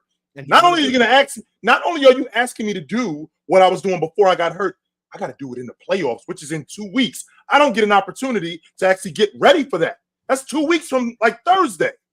He coming back sometime this week. He gonna play. They got about 7 games left. He probably gonna play in 3 or 4 of them. So he's gonna get 3. He's gonna get 3 or 4 ramp up games where he's just gonna get his conditioning for NBA basketball. Then he's gonna play the play-in game against Miami. Probably lose the game. Then get the 8 seed. Play Boston. He's gonna be healthy, and they can win the series. I love that. I just want to put this on record, and just so everybody know, I said this on April 1st, and it's not an April Fool's joke. In the reality where Joel comes back and he's not himself, in the likelihood that even though he's not himself, he plays good enough to get them through the play-in. If there is a chance he plays the Celtics, and then for a series gets outplayed by Porzingis, I'm letting y'all know now it's not because he chokes in the playoffs. I'm letting you know now it's not because he's just not that guy. He's a regular season player. It's none of that. He shouldn't have been back. I am saying that April 1st, Joel, and I said this when he got hurt. I said it when they rumored him coming back, and I'm saying it now. Joel Embiid should not be on the basketball court. Therefore, if Joel Embiid goes out there and underperforms in the regular season or in a playoffs versus whatever matchup, whether it's Bam, whether it's Porzingis, whether it's Giannis, I'm not about to say that is an indictment on the rankings of big man. I'm not about to say, oh, this is Embiid, regular old Sixers. I'm not going to talk about him like he's a Clipper. This is the regular old Clipper. This is the regular old Sixers just falling short in the playoffs. No, because he shouldn't be back on the court. So I'm putting that out there super early because I don't want to see out there, Damo. So that's on him. That's fine. He can be out there. That's not on him. Honestly, he's just trying to be a competitor, and I can only respect that. He's trying to be a competitor. He's trying to use his window, and the team is trying to make the most of what they can with the window they got with this player. I get it. I genuinely understand it. I just don't like it. Just because I understand some shit doesn't mean I have to support or like it. I also don't think he should be playing, but since he is, he's gonna. They could go we made this clear when he went down. I don't think he should come back, but he is going to come back. So my opinion on whether or not he should is irrelevant because he's going to come back. They've said he's coming back. So if he's coming back, I hope he's healthy. If he's not healthy, don't come back when they lose in the playoffs and be like, "Oh, Mars, you were wrong." If he's not healthy, I'm not about to listen to you guys tell me I was wrong because my whole opinion was predicated on him being Joel Embiid. If he's not Joel Embiid, I don't have them winning anything. So shush. But if he's healthy, they can beat anyone. That's what I'm saying. First round upset. Eastern Conference Finals or Eastern Conference first round. First seed versus 8th seed. I got Philly. You heard me say it April Fool's Day. And then you got them losing to the Bucks, right? Conference Finals. Yeah, of course. You sure, Ron? Because are you sure? I got the Bucks in 6. Bucks in 6. Okay, that's gonna make sure. I mean, they still got 3 weeks to the playoff starts. Like, I'm not. He got time. He gonna ramp it up. I think Joel will be fine when it's time to go. Like I said, he's already taken off. It's been what, 8 weeks, right? 2 months. January 30th is when it went down. So 8 weeks plus he's got another 2 weeks until 10 weeks for a meniscus. That's more than enough time. I think he'll be fine. So I'm not really worried about the knee issue. Okay. I think you know what I'm saying. If he would have tore his ACL and came back in 5 months, I'd be like, wow, relax, bro. But you know what I'm saying. I think like I said, the meniscus he could have played. If he would have tore his meniscus tomorrow, I think he would have played in the playoffs. So I think he's played on a torn meniscus in the playoffs before. Right. So there's nothing new. But this time I got faith. And we saw with him playing on a torn meniscus what kind of production we got from him. How ineffective he's been when he's been injured. So they would have went to the conference finals if Ben Simmons took a layup. But I mean, but the thing is, he's not injured anymore. Oh so it's gosh. like it would be different if his meniscus was still torn or whatever the situation is. But they repaired it. They fixed him. They fixed him. Right. Fellas, we got to bring it back to the Kings right quick. Ox and Mars, I still need both of you guys' predictions, but let me go ahead and put this up so we can see the rest of the regular season schedule for the Sixers. I mean, for the Kings, my bad.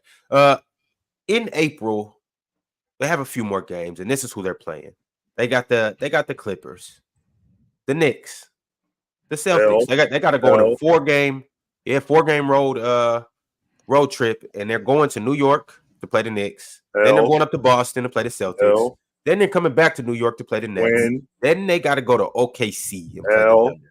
Then at the crib, they got the Pelicans, the Suns, and the Blazers to close the season. I'm torn on that Phoenix one. I think they beat Portland. So you got 2, 4, 6. You got 8 games. I think they lose 5 of these 8 games. I think they lose to the Clippers. I count 2 for sure wins in my book, and 1 possible. Yeah. Other than that, I think they lose 5 of these. I think they lose 5 of these last. I think they lose to the Clippers tomorrow. I think they lose at the Knicks on Thursday, and then they got a back-to-back. And they got to go to Boston. I think Boston smokes them in the Boston Garden on Friday. I think that Sunday they go to Brooklyn. I think they handle Brooklyn. Then they go to Oklahoma City, and I think Oklahoma City beats them. I already know what Ox feels like when they play against New Orleans. I think New Orleans punches them dudes, knocks them dudes' teeth out. Phoenix, I seen y'all jump on them, Ox. Y'all play faster than them. Y'all can score it with the best of them when you play against Phoenix. I don't know what it is, but the problem is securing the lead. Now you know Herder. Now know Malik Monk. So that firepower that you had, you don't have it anymore. So that one could go either way. In the last game of the season against Portland, I think you beat them. Yeah, I think I can see 5 of these. I can see 5 of these 8. Well, 8. the thing is, Chill, if we lose all those games, who cares what happens against Portland? You know what I'm saying? If we take all those L's that you just said, well, sure, what's the point of even playing Portland? Who cares? I mean, win or lose, it's a wrap. So that's my thing. But so if it were to end like this run, the way it's set up, I think we're not losing to the Lakers. Even still, Big Ox with not having Monk, with not having Herter, because those two dudes. Well, yeah, I mean, I still, you know, I like I said, Malik is a very important part, but I mean, it's not like De'Aaron's hurt now. Like De'Aaron still could ball out. Wait, You know what I'm saying? You think you can beat the Lakers with this version? That's what I just said, Swiping. And That's then Chill and Chill just asked me, and I said it again, and now you're asking me, and I'm saying it again. Yes. Wait, yeah. so you think the Kings can beat the Lakers, like, bro? Like you really think that's a possibility? Like the Kings and the Lakers playing the game, and you think the Kings are gonna have more points than the Lakers?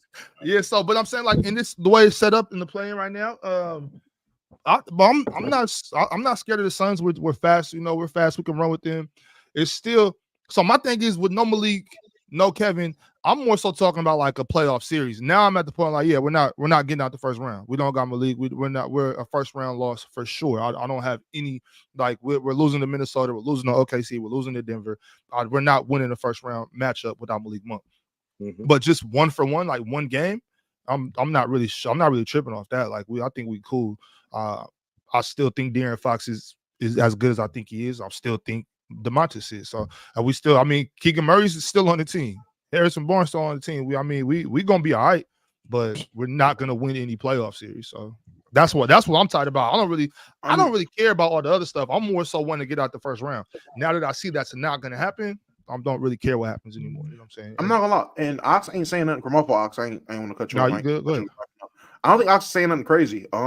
They've literally, in the words of Chill, they served us all year. In terms of matchups, the man I'm worried about is still there. Sabonis is still playing. Sabonis is not hurt. Sabonis is not looking lackluster. He is still there to bust Anthony Davis's ass. That's so. With that mindset, why wouldn't Ox think that they could beat us in a NCAA style game, one game elimination? Okay. They have a chance, and it's not asinine to think. I seen somebody in the chat say, "Oh, they're getting Vando and Gabe back." Gabe ain't played all damn year, and when he did play, he sucked. I don't know why. That's one thing that's gonna piss me off. People talk about Gabe Vincent coming back like that nigga was a plus the 6 games he played. He was ass. The games he played, he was ass. I don't get Vando back. That's one thing. Now Vando being worse offensively this year than he was last year is crazy. But getting Vando back gives me some confidence.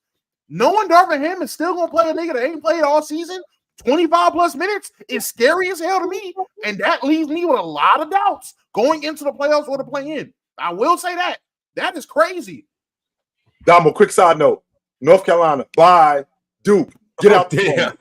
Get out. Both of y'all, get out the tournament. Hey, Damo, it's still a Carolina team in there, though. Yeah. Get out. On both sides. Listen. You got somebody to root for. At the end of the day, one, I can't be mad my Tar Heels got put out. It was Grant Nelson. Who was supposed to beat him? No one can beat that man. He's a demon. I told y'all this. Secondly, when I look around the whole tournament, all I see carrying are Carolina teams. Why? Because we are the hoop state. So at the end of the day, my Carolina team might not be there, but a Carolina team is there.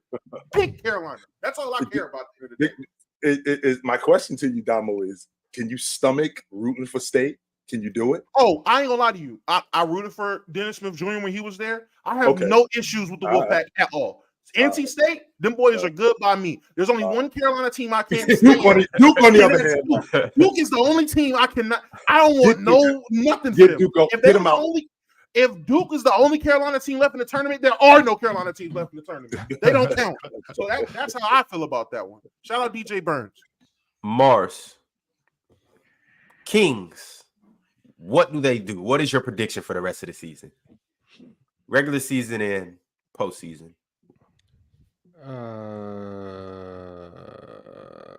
They probably go like 4-4 in their last 8 games, which is like 47 wins, I think. So that's probably a top 8 seed, I'd guess. I think they probably lose to Phoenix, and then in the second playing game, they probably lose that one too. That's why this playing tournament is such bullshit, Mars. This is why this playing tournament is nonsense. Get the Warriors out the playoffs. Beat it. I think it's stupid. The Lakers too. Get out of here. Both of y'all. Beat it. Y'all not playoff teams. Get out of here. The Heat made it to the finals last year, and the Lakers made it to the Western Conference Finals. The Heat were a top 8 seed. They would have been in regardless. Oh, so you don't like the 9-10. You know. Yeah, I don't think if you're not in the top 8 seeds, you should have a chance to be in the playoffs. Swiper, we already got to play. We already got to play in tournament. 82 games. You can't get in the playoffs after 82 games. You're in a playoff team. Get out the playoffs. Beat it, Lakers. Beat it, Golden State. Get out of here. Now, if it's like a 2018 Denver, Minnesota, where you guys have the same tie at the end, do the playing game. That fine. If Atlanta should have no chance of being in the playoffs. I'm sorry. Well, wait a second. Ain't no wait a second. After what I seen last week, I don't know. I don't know. Hey, anybody able to go and get a winner too? I don't know.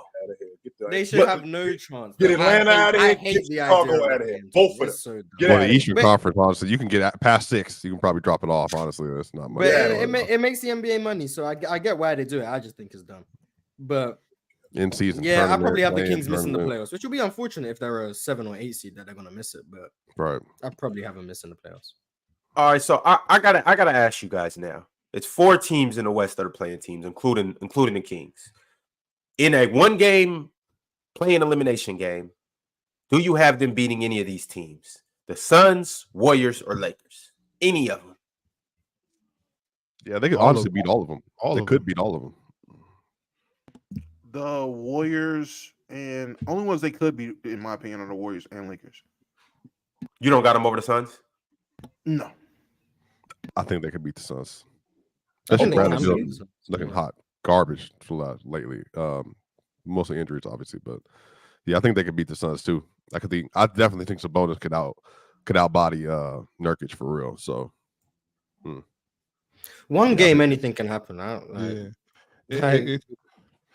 We could easily lose to all 3 of them, and easily. Yeah, like they can lose, but they could beat the Suns by 20. Like it's one game.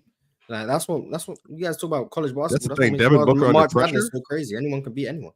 Sam, we do get to play in tournament. It's to boost revenue. It's to boost viewership. It's for guys. It's for teams not to quote unquote tank. I get it. I understand the point of it. I just don't like it. I don't like it. That's all. I'll tell you what it is, Chill. It's that participation trophy generation. They can't accept it. You know what I'm saying? Oh well, we were here. Let us get a chance. Take your ass. Kind of like the NFL owners. Jerry Jones advocating for a 17 to make the playoff and all that stuff a couple years ago. I don't like all these new adjustments to the leagues. I never like that stuff. I think just stick at what it is. 16 teams, 16 games, 8 teams make it, 8 teams make it in the NBA, and then you call it a day. You go play a series. But it's nice for the other teams that are in top 6 though. They get a week off. Man, y'all get out of here with that foolishness, man. There's some excitement to the game, man. If you can't handle business, you can't handle business. I did handle business, Ron. I handled business from October all the way up to April. I handled business. Chill. It's a new structure now. Handle business and be a top 6 seed. Then no, that's what you're telling me to do. Is you're telling me to handle more business. Top 6 seed. That's what you're doing. You're telling me to handle more business. So I handled my business already. I did what was necessary to get to where I'm supposed to get to. I did that. So now you're telling me, okay, this isn't good enough. So now you got to do more.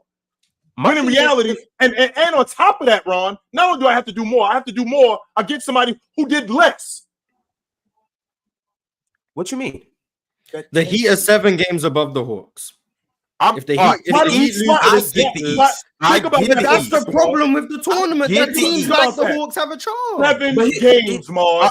Listen to yourself, Mars. 7 games. That means that if we lose that 7-8 game, that means that I got to play this team in order to get in the playoff. Why do I have to play them? It shouldn't be a problem. The Heat should not have a problem against the Hawks. The Heat should go in there game elimination. Anything can happen in a 1-game elimination. Exactly, and that's what makes it exciting. Yeah, I'm not arguing against its excitement. I'm arguing against its stupidity. is dumb. I understand the excitement. I understand the fans enjoy it. I understand it brings in money. I get that. Business-wise, it makes sense. I get that. For the actual idea of the competitive aspect of the NBA, a team that is 7 games worse after 82 games should not have a chance of making the playoffs over another team. Oh, For that aspect of it, it is stupid. For the If you consumer that idea, much better for than the them, business idea, it makes sense. I'm not arguing against that. Ron, don't do that. They shouldn't have a chance. Don't If you do that, Ron. 7 games better than them, they shouldn't have. You shouldn't have a chance. Honestly, you shouldn't even be concerned about it. You should be looking at that as a tune-up game to go ahead and take care of the number 1 seed. A tune-up game. Yeah, it should be a tune-up game. You shouldn't be concerned about it. Wait, so when you could turn an ankle, that's a tune-up. So if just an opportunity, if I won 50 games, I'm playing versus another team that won 46 games. Somebody turns an ankle on my roster, we end up losing that game. So you telling me that should be an indictment over the overall season? It's never going to be a 50-game team in the play-in. When Paul What do George got you mean? ruled out for COVID protocol, That's not going to be already happened in the Western when Conference. We've already been here. Paul George got ruled out for 50-game COVID team in the protocols play-in? and lost in 2022. That was valid. What'd you say? When Paul George got ruled out in 2022 for COVID. protocols, For COVID. and they lost to the Pelicans in the play-in, that was just fair, right? He was killing. That was out of pocket for real. Like that would never happen if there was no stupid playing game. The Clippers were the better team and ended up having to play an extra game where their best player couldn't play because of COVID. And Ron, don't tell me, well, you handle business during the regular season, so handle business now. That was when I was supposed to handle business, and I already did that. Don't make me handle more business. I already whooped your ass 4 times. I got to whoop you again, even though I shouldn't even be standing in front of you now. Because you clearly are on a playoff team. Clearly. And now you're asking me to do it again when on that one night you're asking me to do it again, you could very well, I don't know, do what Denver did yesterday, which is hit 15 straight threes or just go on this tangent where you're super hot. And now I'm out. Hey, first off, life's unfair. Second off, if the Miami Heat play against the Hawks on their home court and they let the Hawks come in and hit 15 threes and they get their ass kicked, then they deserve to go back to South. They deserve to stay in South Beach. Go to Cancun. They lost last year in the first playing game, though.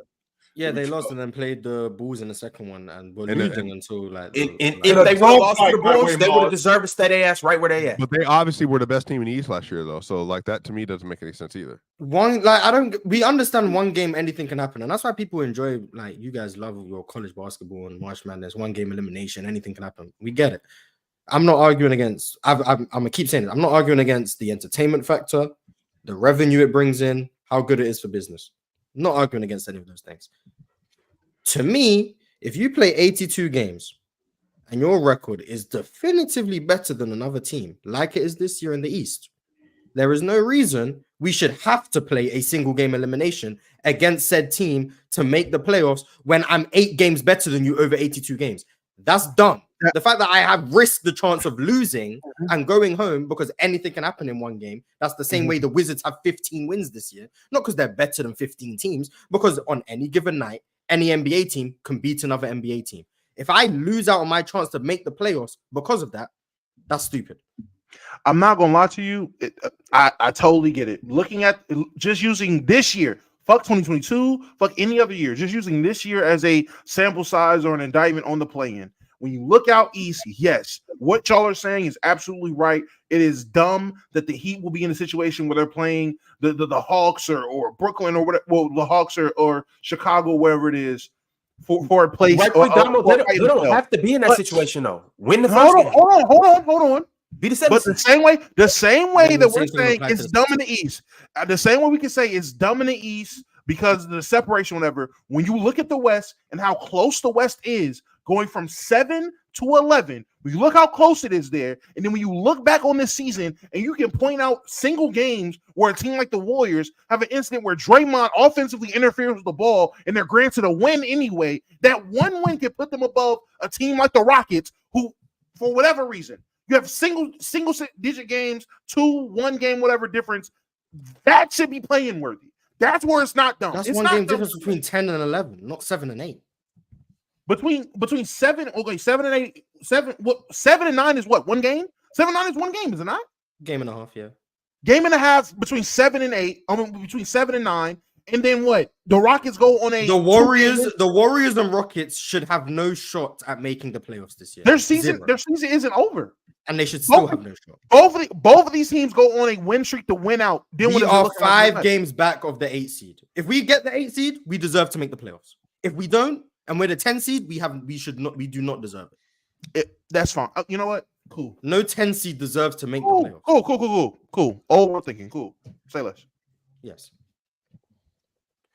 All right, y'all. I got some super chats. Let's go ahead and dive into it. Shout out everybody that's in here, all 1,600 of you. Slap that like button if you haven't slapped that like button. Man, let's get over 1,000 likes today. Y'all do us a favor. Go hit that like button. We greatly appreciate it. Also, shout out to all of our new members, all of our new subscribers. If you haven't became a subscriber, go hit that like or subscribe button as well as the like button at the same time. PlayersChoiceMerch.com.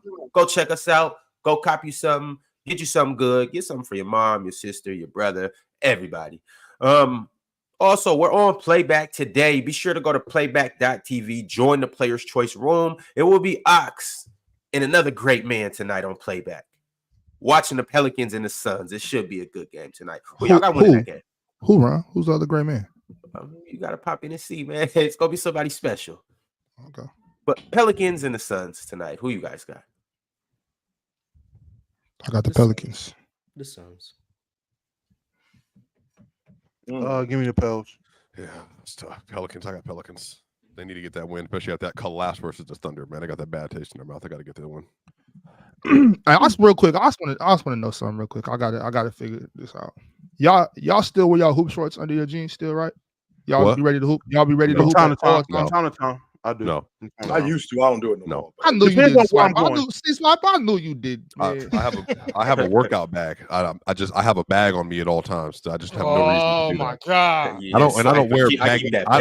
I don't wear baggy jeans, y'all. So there's no way for me to do that. My jeans are slim fit, so they fit. I don't have baggy jeans anymore. What's your point, Ox? What were you asking? Where were you going with that? No reason. You just want to know. I just wanted to fill out my crew. That's all. All right. Well, but I'm saying, Ox, you were to this day, you were in your 30s. You're wearing like basketball shorts under your jeans. Yeah. Swiper Ox is in his 40s. But yeah, relax. I don't gotta tell nobody my age. Swiper. You wear basketball shorts though. I'm ready to hoop at all times. But you're like a true true blood-bred hooper though. Like that's cool. Like I'm an athlete, so I literally have a bag. Yeah, I'm just always ready to hoop. That's all. James B, I'm 43 years old. Relax, bro. All right, well, Ron, y'all are homies. So you in your 42 then. So just because we homies don't mean we the same age. That's exactly what it is, Ron. That's why you brought it up, you goofy. See, you and Damo homies. So I ain't just meet. The difference with Damo and me is Damo. I just met Damo. You grew up with this dude. Yeah, y'all grew up together. With Ox, we met in college. Met in college. Super duper. Which means y'all the same age. He was a senior. We met. Don't change anything. That's how I know Ron. That's Ron's eyesight. That's how you know he's in his 40s right there. That's his eyesight. Ox was a 6-year senior, and I was an incoming freshman.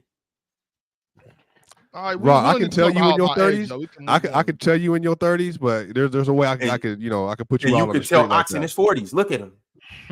Ox got a young face. What you mean, bro? You said Ox got a young face? He a black man, bro. We don't age like that, bro. Look at Chill. If you look at my hair, if you look at my hair, you could tell Damo because Swiper because I got all this gray and shit. Yeah, I'm all grayed up. So, but I'm saying, but chill, like 49. Mars. I know Mars is in his early 20s somewhere. Try again. He's 19, something like that. He one of them. He one of them ages, one of them young ages. And then I know Damo is 27 going on 36. So that's the thing. Like everybody here got like good genes and everything. Bro. Hey, Damo, you know, your knees feel so much different from 27 and 36. And just a quick, just that quick, all of a sudden your knees be. I sure miss my 20s, man. I miss my 30s at this point. All right, so right from the top, Alan L sent through a super chat and said, "Oh yeah, and Tatum not close to this man Luka. Not gonna lie, but sucks. But it is what it is. L Ox, L Dub for sure. I can't wait to get. I'm telling you, Alan L. When I catch you, after that nigga is straight. It's straight wet willies. I'm talking about wet willies. Straight to the ear. What you gonna give him a swirly too? I'm not sharing. I'm giving him a three knuckle noogie like this in the headlock, and then just wet willies. Just multiple. Ever see you? Hold on, no. So Alan L probably like, I'll give him a generous 5'11". So are you coming down to him, or are you lifting him up off the ground and giving him a noogie like this? If his feet gonna be doing this, he gonna be dangling in the air. He gonna be like, "Oh, stop! Oh, stop!" Nah, bro. Wait, you still wear rubber bands around your ankles on your jeans, like to hold them up? What is this? Like, what is this? 2001? You don't do that? Damn. Because you said you got basketball shorts and you still wearing rubber bands on your ankles to keep them up. You dusting off the tall tees? So you saying I'm still wearing K-Swiss? Is that what you saying? Like, what's going on here? Do they still make K-Swiss? Folding up the stock, putting it up under the tongue. Nah, bro. Nah. Ox got a shoelace belt. Sometimes I do. Sometimes I ain't gonna lie. I'll be in it. Never mind. Let's move on. Boy, about to out himself, bro. I'm getting too comfortable. Scott, Ron, put up that the last one. The last one that you just had. Context Clues said thoughts on the LATimes post about LSU/UCLA. Shit was disgusting. Shit was whack, and I'm not surprised. I'm not surprised at all. That's my God, no, Damo. Look, you can't want to always play the villain. You can't always want to be the villain, and then when they call you the villain, you start crying about it. Kim Mulkey, I expect more from you, Kim, because Kim, I like Kim. Hold on. Y'all not going. Hold on, relax. Go ahead. Because this is my thing. I love Kim Mulkey. I liked her at Baylor. I like her here. I know a lot of people don't like her, but I love that intensity. I love that roughneck, hard-nosed basketball. I love the intensity. I love the over-aggressive. You know what I'm saying? I love all of that. So when you play the victim role, don't get upset when they call you or not the victim. I'm sorry. When you play the villain role, when you want to be the villain, don't be the victim. You can't be a Vic after you wanted to be the villain all this time. Now, I didn't read the article, mind you. I did not read the article, but I saw the headlines. I saw what they were saying. No, I heard some things. I heard some things in there. But all I'm saying is, how you commenting if you didn't read it? Like I'm doing right now. I'm just saying because I know that they all because this whole time they've been playing the villain. Like you can't play the villain all the time. That's not Kim Mulkey's problem. Be the villain. That's not Kim Mulkey's problem at all, Ox. But hold on. Real quick. Wait, Ox. Let me. Real quick. Go ahead. This isn't just a basketball game. It's reckoning. Picking sides goes well beyond school allegiance. Do you prefer America's Sweetheart or its dirty debutantes, Milk and Cookies or Louisiana Hot Sauce? The team that wants to grow women's basketball are the ones that seemingly hell-bent on dividing it. The coach who embraces reporters are the ones who attack them. The tender star players or the ones who taunt. I'm sorry. We can keep that's this. Not even that serious, bro. That's stop not it. that. Stop it. Stop it. Basketball. Hold on. We're talking about the dirty debutante part. Okay. The dirty debutante part. Milk and Cookies or Louisiana Hot Sauce. Yo, Louisiana Hot Sauce is fire. Yeah, we all think Louisiana Hot Sauce is fire. We're talking about women playing basketball, and more specifically, black women who flaunt their blackness on a basketball court versus the darling basketball players that he's trying to hype up, and you know which ones we're talking about, and you use special words and special phrasing to describe certain people, and that's bullshit. That's crazy bullshit. We can all like Louisiana Hot Sauce. Don't sit there and call those women down there dirty debutantes. Dirty debutantes is crazy. That's the only part I got a problem with. Referring hot to sauce compared to Milk and Cookies. That's crazy, bro. What Milk and Cookies? What is Milk and Cookies supposed to mean? Pure, Ox. That's what it's supposed to mean. Ox. Pure. Wholesome. Light. Pure as the driven snow. Okay. Hot sauce. And Coach Mulkey's problem, which I've always been an advocate of hers. Yo, if you're gonna write about me, get the story straight. Don't talk about me and your story isn't straight. That's all she was saying. And this kind of nonsense right here is exactly the reason why she is the way she is. Exactly the reason why she's the way she is. The whole other thing with Kim Mulkey is because she the other that was from the you talking about what the Washington Post, right? With the No, I know what you're talking about. Hold on, Swiper. Hold on, Swiper. I'm talking to Chill. Swiper. Just sit there for a second. I'm talking. You talking about the reporters that they're trying to do for Kim Mulkey, like based on like older players and stuff like that. I mean, some of that stuff is probably true. She doesn't have a problem with it, Ox. She doesn't. Just get your story straight when you talk about me. Don't just run your mouth about me. I'm saying about so stuff that ain't true. But look, when you say stuff like older players, older like past players are coming out and telling their story. If they have a story, let them tell what they went through. And she has no problem with that. Just get your story straight. That's it. But that's not the issue, y'all. She's talking about she gonna sue them, and like because why? Because they're trying to get older players to tell bad stories of bad experiences. Which goes back to my original point. If you're gonna talk about me, I have no problem with that. You better get your story straight, though. That's what you better do. Okay, but if the story ain't come out, how she know the story ain't straight? She just don't.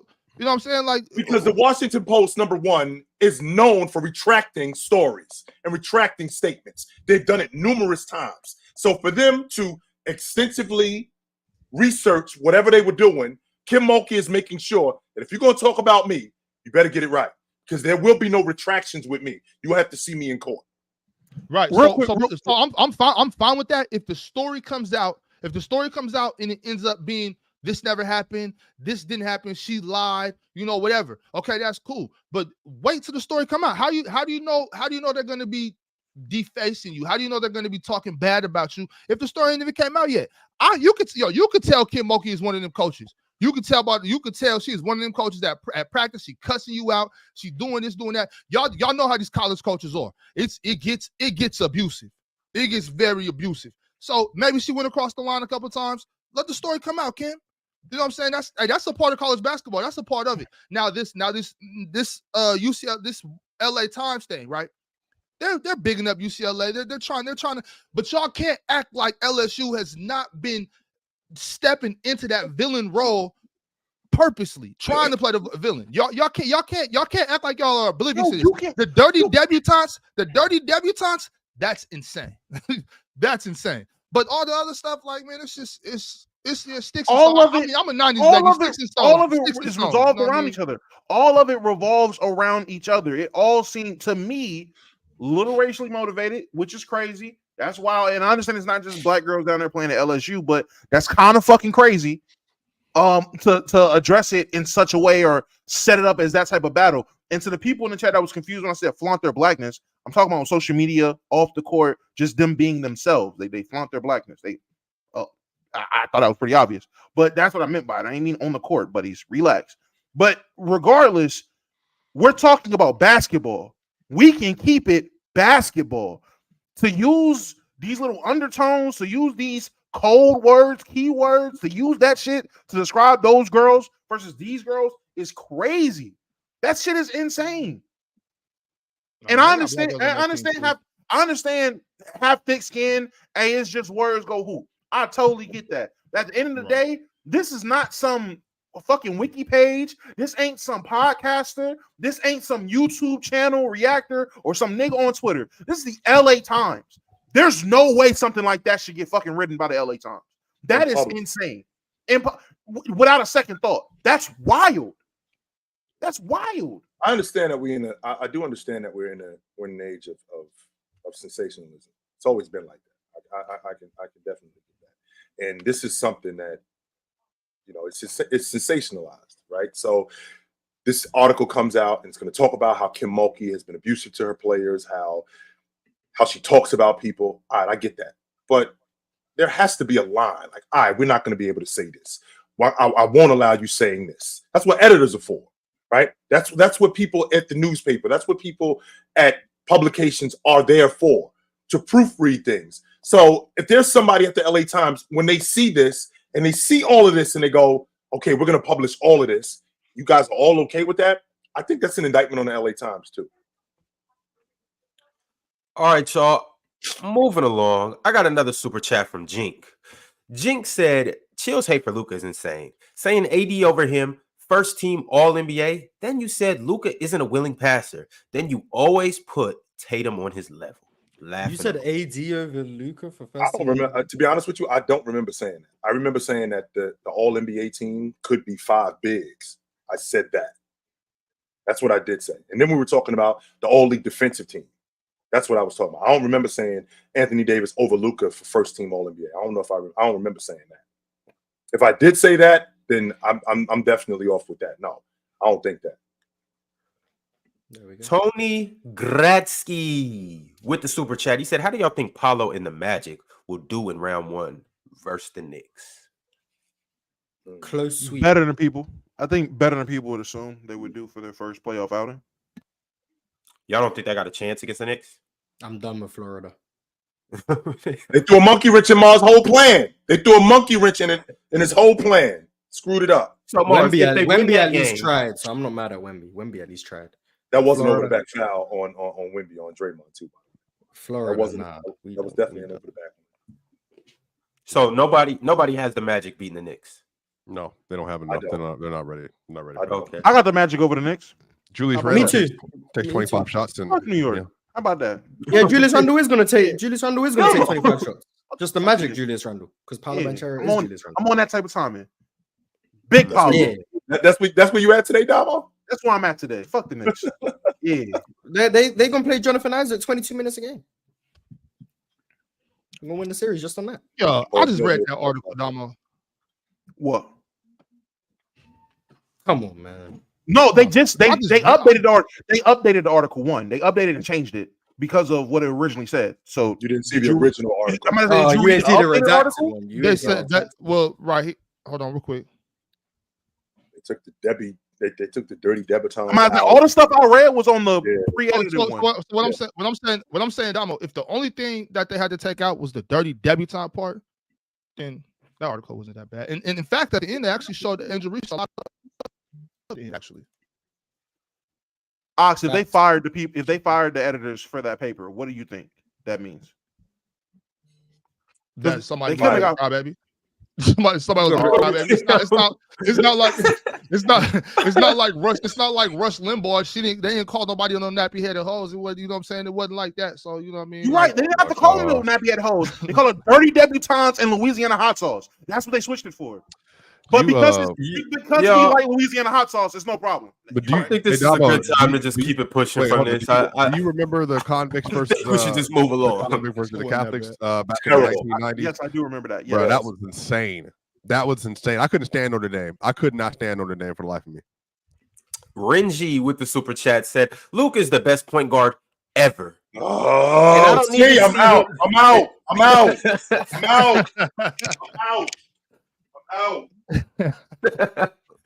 Yo, while we're waiting for Chill to phone home, I'll just continue reading the super chat. Renji with the beautiful super chat said, "Luke is the best point guard ever. And I don't need to see him win any media voted awards to confirm this. The footage says it all." All right. Well, he's not even the best player in his own era, so sure, like whatever. What's he gonna be the best player in his own era if the best player in his own era isn't a point guard? Well, I'm saying did he the best point guard in his era? Yeah, I mean, sure. The 2020s? Who's better than him? Well, I'm asking, like, do people think Shade's going to be on that level at some point? Like, I don't know. I'm asking the question. Who's point guard? I'm asking the question. Luke is the best. Yes, Luke is the best point guard of his era. Luka is going to be the best point guard of his era. He will remain. So then, is James Harden? Would you say point guard 2010s, or would you say he's more of a combo guard? He was a 2 guard. Either way it goes, though. We're talking about this era. It's 2020. It's like Steph got a case, especially with that championship. But for the remainder of the decade, it's Luka shit. Yeah, like, but I think but we're talking all time. We had to go back through this list. He's not better than Harden and Steph. I mean, then that's the whole conversation right now. But he can get there for sure. Harden's a 2 guard. Well, I don't count Harden as a 2 guard, respectfully, in the 2010s. Me neither. But he played the 2. You didn't count him as a 2 guard in the era where he played the 2 guard? No, I'm saying, but he also was a lead guard. He was a point guard too. Like, he wasn't just a 2. Oh, we're doing this. He had the ball in his hand. So Dwayne Wade was a point guard. I don't think he operated as a point guard in the same way James Harden does. But I got you. Okay, so I don't know what Dwayne Wade we was watching. Did Wade play the combo guard? Wade played the 2 guard. Let's be clear about that. Wade was definitely a 2 guard. He was a 2 guard way longer, and he did not have the ball in his hands nearly as much as James Harden did for his career, like James Harden did. No, he did not. D-Wade at his peak Who was the point guard on the Heat at his peak? So in 2009, Mario Chalmers. Those stretch of years. Mario Chalmers was the lead guard. All right. Okay. Because he wasn't. Because I'm sorry, Miles. Pat Bev was James Harden's point guard. Okay. James Harden's point guard. But so the offense, James Harden was a 2 guard. But the offense was completely different because James Harden had the ball in his hands. Dwyane Wade had the ball in his hands. Dwyane Wade had the ball in his hands. Respect Carlos Arroyo. What? Respect Carlos Arroyo. James Harden. He was cold. He was cold. Don't disrespect the Puerto Rican man himself. That man was cold. He was good. Dwyane Wade. So Miles, are we going off of peak or his career? Because James Harden played with the ball in his hands way more than he played off the ball. That's a fact. Okay, yeah. I mean, you give James Harden LeBron James, I'm sure he'll play off the ball too. He had don't get me started. He had Chris Paul and he played off the ball. And he played off the ball. But he also played on the ball. Yeah, because you give your best player the ball. And Giannis plays on the ball. I'm sorry, Mars. I'm sorry, Mars. Who else did he play with? Russell Westbrook. Yep. And he played on the ball. Yeah. And he played on the ball. Guess who else played on the ball? Russell Westbrook. Right. It's called sharing. But he only played with Russell Westbrook for he played with Russell Westbrook for a season, I think it is. I don't see James. I see James Harden as a combo guard. The same way I see Jerry West. The same way I see Allen Iverson. The same way I see Steph Curry. And Dwyane Wade should be a combo guard. No, because he played off the ball more than he played on the basketball. He played next to LeBron James, so of course he played for off the 3 years, 4 years, Mars. In his peak, he wasn't off the ball. He had the ball in his hand. James Harden had the ball in his hands the majority of his career. Those two things are different. Because James Harden during his peak didn't share it with LeBron James. No, but I guess I'm Dwyane Wade, his peak years was James Harden not had the ball in his hand. I don't understand the James Harden point guard points because for me he's in a different class of playmaker and passer than all these players we're mentioning him next to. So for me it's not even a conversation. I think then he's LeBron in a James is conversation a with point guard. That's fine, but it's just functional within the offense. For me, it's just that's a secondary point to talk about like some of these other things. I think clearly like he was a point guard. LeBron was a point guard 2020 when he had 25 and 10. But like LeBron's had the ball in his hands damn near his whole career, so he should have just been a point guard the whole time. Then I have no problem with that. I think you're arguing just to argue. I'm saying that I'm not arguing to argue. I'm saying people are listed at positions and we're ignoring them to say if you have the ball in your hands, you're a point guard. But that only seems to apply to certain people. That's what I'm saying. Go to James Harden cleaning the glass. I can see. So hold on. When James played with Chris Paul, was James Harden still the point guard? Was he considered 2 point guards? I guess they had 2 point guards that year. That's what I hear from people. They had 2 point guards. So the Mavs right now with Luka and Kyrie is 2 point guards. Have 2 point guards. As how it should be at least. But Irv plays off the ball. I consider Kyrie Irving a shoot Irv is actually and he's even more effective off the ball. He played off the ball when he played with James, which was some of his most productive years. So the Golden State Warriors had no point. He played off the ball when he played off the ball when he played. He played off the ball when he played with James Harden. In fact, he said that he's the point guard. I'm the shooting guard. He said that. Yeah, that's when James Harden played the point. So when the Warriors were the Warriors, 2017, 18, 19, whatever, they had no point guard, or Draymond was the point guard. He was a point forward. That's who it was. It wasn't the point guard in the traditional sense. I would even say they had 2 though, because I'm still gonna classify Steph as the point guard because Steph still playmaked at a very good level. Wait, he scored like crazy, but Steph, people underrated Steph's passing and playmaking ability. Wait, question. So the Nuggets point guard is Jokic, right? Yeah. He's their point guard is Jamal Murray. The offense goes through Joe. Okay. Oh no, chill. So if you're a guard who has the ball in his hands and you're a great playmaker, you're a point guard. Regardless of where it says you are, you're a point guard. If you're a forward or a big man, I'll get to it. If you're a forward who has the ball in his hands and play makes, you're not a point guard, you're a point forward. And if you're a center who the offense runs through and you play make, you're not a point guard, you're a point center. So according to Cleaning the Glass for James Harden, so this is from 2020 all the way down through the decade. He played 100% of his minutes in 2020-21 at point guard. Played 100% of his minutes from 2020 to 24 down or that. I'm going down as in 2 through the decade lower like 20 to 18 to Okay. Yeah, so just sorry for clarification. So 100% of his minutes were at point guard 1920 in Houston. 61% of his minutes were at point guard in 1819 39% at shooting guard. He played 62% of his minutes at point guard in Houston in 17-18 and 38% at shooting guard. He played 55% of his minutes at point guard in 16-17, 45 at shooting guard, so combo guard. The last time he played a primary shooting guard position was in 2015-16, and then 2014-15, and then obviously 2013-12 all the way down to OKC. So for half the decade, he was a primary point guard. So for how me, do they determine who's the point guard and who's the shooting guard? Just allotted by position. It looks like they probably. So like, what was Chris Paul's thing? What year was that? 2018 when they played together, or 2019? Well, 2019 was fun. So 2018, what did it say Chris Paul's minute distribution was? Got you. Pulling up Chris Paul. He was at Chris Paul in his career. So Chris Paul, 2018-19, he was listed at 100% point guard 2018-19. That was the split with him and Harden. Okay. And then 2017. Yep. And then he's listed at point guard every year. So every year Chris Paul's career is listed at point guard.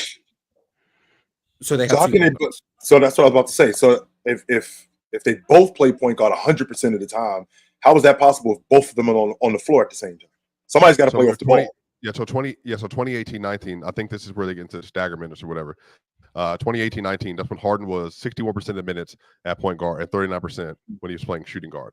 So some of this sounds like it was the stagger and then the way the minutes were being allotted at the time. But again, for me, this is all a long-winded conversation for me to say. I think James Harden for the last half of the decade was a point guard. And then obviously through this point was a point guard. And then in the 2020-21 season, which he could have won MVP when he averaged 25 and 12 on like 67 true shooting, also primarily a point guard and best team on that best player in the next team for that little period after the trade. They played 1,300 minutes together in 2018. Mm-hmm. So in the 1,300 minutes they played together, Chris Paul was the point guard because he was 100% of his minutes. And then that means James Harden was the 2. And then James Harden played without Chris Paul in 1,800 minutes, which means in those minutes he was the point guard, right? Yes, apparently. Okay, I guess. So when he plays with a point guard, he's a 2. When he plays without one, he's a point guard. I don't think the function of the roles fits that way.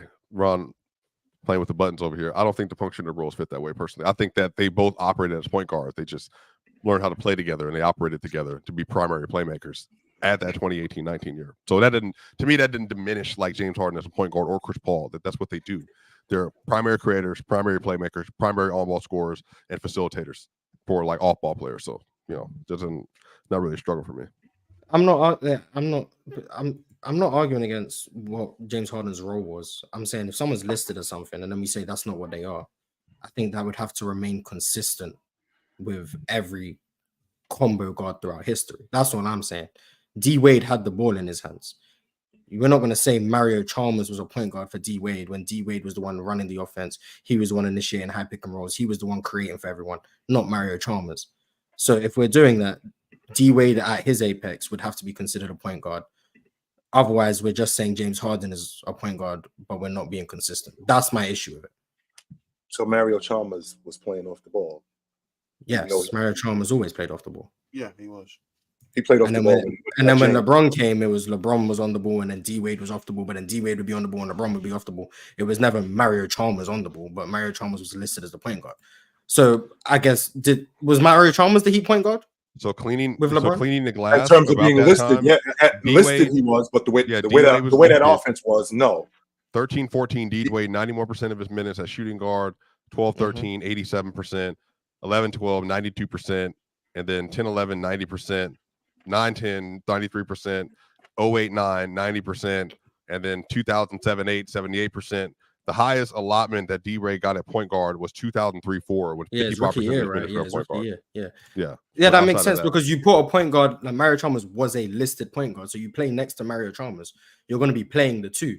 But functionally, in terms of how they were running the offense, he had the point guard responsibilities, which is why I'm asking: is point guard your listed position or is it your responsibilities on the team? Because if it's responsibilities, sure, James Harden, point guard, combo guard, whatever. If it's your listed position, James Harden was listed as a 2. So which one is it? Is Luka better than James Harden in his role as James Harden was in his? Not at his apex. Not That at is his apex. apex. I don't think. I don't think that's apex yet, but he could be. They in the same strat. Damo, when James Harden was at his Avengers powers, whereas when James Harden was at his Avengers powers, was he better than Luka? No. What Luka was doing? No. James Harden at the peak of his powers was triple step back in, created the gather step. He was so unethical that I'm marking points. Oh, for okay. Unethical. Yeah, Okay. Unethical. No. Luka, who's not even at the peak of his powers yet, right? 12 times the ethical hooper that James Harden is. What? Ethical? Sorry. Ethical? What? Ethical? No, I'm not sure. I'm not sure. Ethical. Mars, and I'm not talking. And when I'm using the word ethical, I'm not talking in the sense of foul baiting, the term that you usually hear. No, I'm talking about just when you're watching that boy hoop. Right. Do you enjoy it from a real hooper's perspective? When you're watching that boy play basketball, are you sitting there thinking, "Oh no, that boy good"? Or are you so focused on the other things surrounding his game that you can't acknowledge how good he is? With Luka, I mean, you got the hoop purists like Ox who just can't for the life of him enjoy that man play. But that's because Ox doesn't like guys that don't play defense. When you're watching Harden play, even the stuff he was doing on offense made the real hoopers say, yo, you can't get away with this. How are they allowing him to do this? This is insane. 2017. It was pitiful, Damo. It was pitiful. That James Harden. I threw up one time watching him play. James Harden from a 3-year run was averaging 34 and 8, taking 12 3-pointers a game, shooting at the time 36%, which was like a +3 at the time. Like the dude was an absolute animal. And then on top of that, he was getting to the line 11 times a game over a 3-year stretch and 87% from the game, and was the best playmaker in the sport probably. So, which, by the way, Damo, just so you know, Damo, the best scorers in the game, they got to the free throw line throughout history. The best scorers in the game. They get to the strike. 2019 James Harden. I don't think people understand what was happening with 2019 James Harden. That's one of the best offensive seasons I think anyone's ever seen. And I think people disrespect it because they lost in the second round that year. But anyone, I know a lot of people don't enjoy watching James Harden, so maybe don't go back and watch it because you're not going to enjoy it. But just if you don't know what he was doing, I don't think you can appreciate what he was doing. Right. We've never seen a season like 2019 James Harden. Not even what Luka's doing this year is what James Harden was doing in 2019. Not saying it's better or worse. He should have won MVP that year for a lot of people too. Clearly. But in terms of what he was doing, leading the league in isolations and then leading the league in isolation efficiency, he was averaging more isolations than teams. He was the best, so he's basically the best one-on-one player in the game. He was isolating more than whole franchises. Yeah, he was the best one-on-one player. I don't think you guys. I don't think like he remember that Utah Jazz defense again. I think speaks to his greatness during that run. Like just the fact that they're trying to learn how to play like one-on-one basketball, like POA defenders were scheming things that had never happened before just to try to stop James Harden that year. Swiper, that was the dumbest shit I ever seen in my life. I know. The whole point. James Harden struggled with that for like 2 or 3 games. For what it's worth. That was so despicable. I could not believe they was standing. Oh my god! But I think that speaks to how feared he was at that point. Like that you had to like kind of oscillate what you were doing defensively. Like we want to give him the rim, let him run. Because if he gets to a 3-pointer or if he gets to like a crash and dig, now everybody's wide open. It's just like, and then he was super efficient from the mid range that year, super efficient at the rim, shot 87% from the line, and then like I said, was shooting 12 threes a game, and then shooting 38% on them. Like. What do you do? Chilltown, if I was to ask you in the last 10 years, roughly, who are some of the better scorers in the NBA outside of James Harden, who would you say? James. Playoffs and combined? Yeah. Just in general. You think of great scorers. Who you think? Great scorers outside of James Harden in the last 10 years. Who are they? James, Leonard, KD. Oh, wow, that's a good one. I seen KD. I didn't look at Irv. Lillard. Free throw merchant, yeah. Damn. Let's see. Other great scorers. Who was a bucket getter? Luka. You said I'm sure I said Curry. Curry. Let me pull up Bay Area Kemba. Just bucket getters. Mm-hmm. What are we in? What are we in? 20, 23, 24? Mm-hmm. Not Paul Joe, I'm sorry. Carmelo Anthony. Joel Embiid. Joel Embiid, sure. Thank you. Those are the guys that I'm thinking about off the top of my head. This poll is very close between James Harden and Luka. And again, like you said, Chill, the greatest scorers in the game all get to the line. That's what you told me. And I'm comparing him to, again, the other great. And if you want to say he's the greatest scorer of the last 10 years, then maybe that's the argument. But in the last 10 years, all the other great scorers outside of Joel Embiid, I will say Luka for a season. And Kevin Durant. Yo, she is going wild. Who? And Kevin Durant. The baby. Oh, really? And Kevin Durant for a small portion of time. And let me double check. No, not even for 1 year if you want to round up. No one is getting to the line like James Harden at that time. Nobody. Is that not on average? Here's the thing, though. Not including Luka and Giannis. What you call it? I mean, I didn't. No one had said Giannis. I didn't include Giannis, but I would say Giannis gets to the line a lot. Joel Embiid gets to the line a lot. I give you that. Mm-hmm. But other than that, the names that were named, no one is getting to the line as much as Harden was at a rate that Harden was. Why is getting to the free throw line about? I'm not. That was my next question. That was my next question. Chillchild made a point. Chillchild made a point and said, "Great scorers get to the line. That's what they do." James Harden, again, outside of Joel Embiid, who people will say they have their gripes with Joel Embiid. Right. They do. James Harden is getting to the line a disproportionate amount of times compared to other guys. He is taking a disproportionate amount of free throws on average on a year-by-year basis compared to these other great scorers in today's game. Now, I did go back and I pulled Kobe up because that was the first great scorer I could think of. Kobe was on a rate similar to James Harden in the 2000s, putting up shots. Now, if you want to say, I don't even want to say this is a volume guy thing because I don't even want to make that argument. I don't know, man. There's no getting to the line thing. I don't think this is a great scorers just get to the line. Not saying it's a bad thing, but to normalize it and make it seem like, oh, everybody that's scoring hella buckets is getting to the line, taking 11, 12, 13. Well, if we're doing how many people have averaged 35 in a season before? How many people average 35 in a season? How many people have averaged 35? How many people have averaged 35? Chamberlain did it. Jabbar did it. Jordan did it. Let's see. Luka's done it. Kobe did Bryant did it. Nobody did it in the 80s. Harden. So it's Harden. James Harden did it. Joel Embiid, and then it's Luka. Luka's at 34 this year, but let's see. Because I'm thinking about great scorers. Well, but Okay, even so if we're doing Kareem averaged 34.8, so we'll give him that. We'll say he did. Elgin Baylor did. That's 9 free throw attempts a game. That's Kareem averaging whatever. Wilt did it 5 times. So you got 17 free throws, 14, 13, 14, 13, and then 1 year at 34.7 where he took 12 free throws a game. MJ did it twice, taking 12 free throws and 10 and a half. Kobe did it once, taking 10 free throws a game. James Harden did it once and averaged 34 another time, taking 11 free throws and 12 free throws. Right. And then Luka this year is averaging 34. Well, I'll give it to him, I guess. Taking 9. 34 points. You don't score that many points without getting 9 plus free throws a game. No one. 36 points, 35 points is going to take 9, 10 free throws. I mean, unless you're in the playoffs, I think that's the difference. Like when the game slows down in a half court setting, I think it's a different level of scoring because I don't think reliability in the playoff at the line is the same. But I think that if you include, I mean, I'm trying to think the best Shaq. Shaq never averaged 35 again. I know, but Shaq also went to the stripe a lot of times, but he went to the stripe. They fouled him intentionally. Yeah, he was a bad free throw shooter. Same thing with Chamberlain because he was a bad free throw shooter.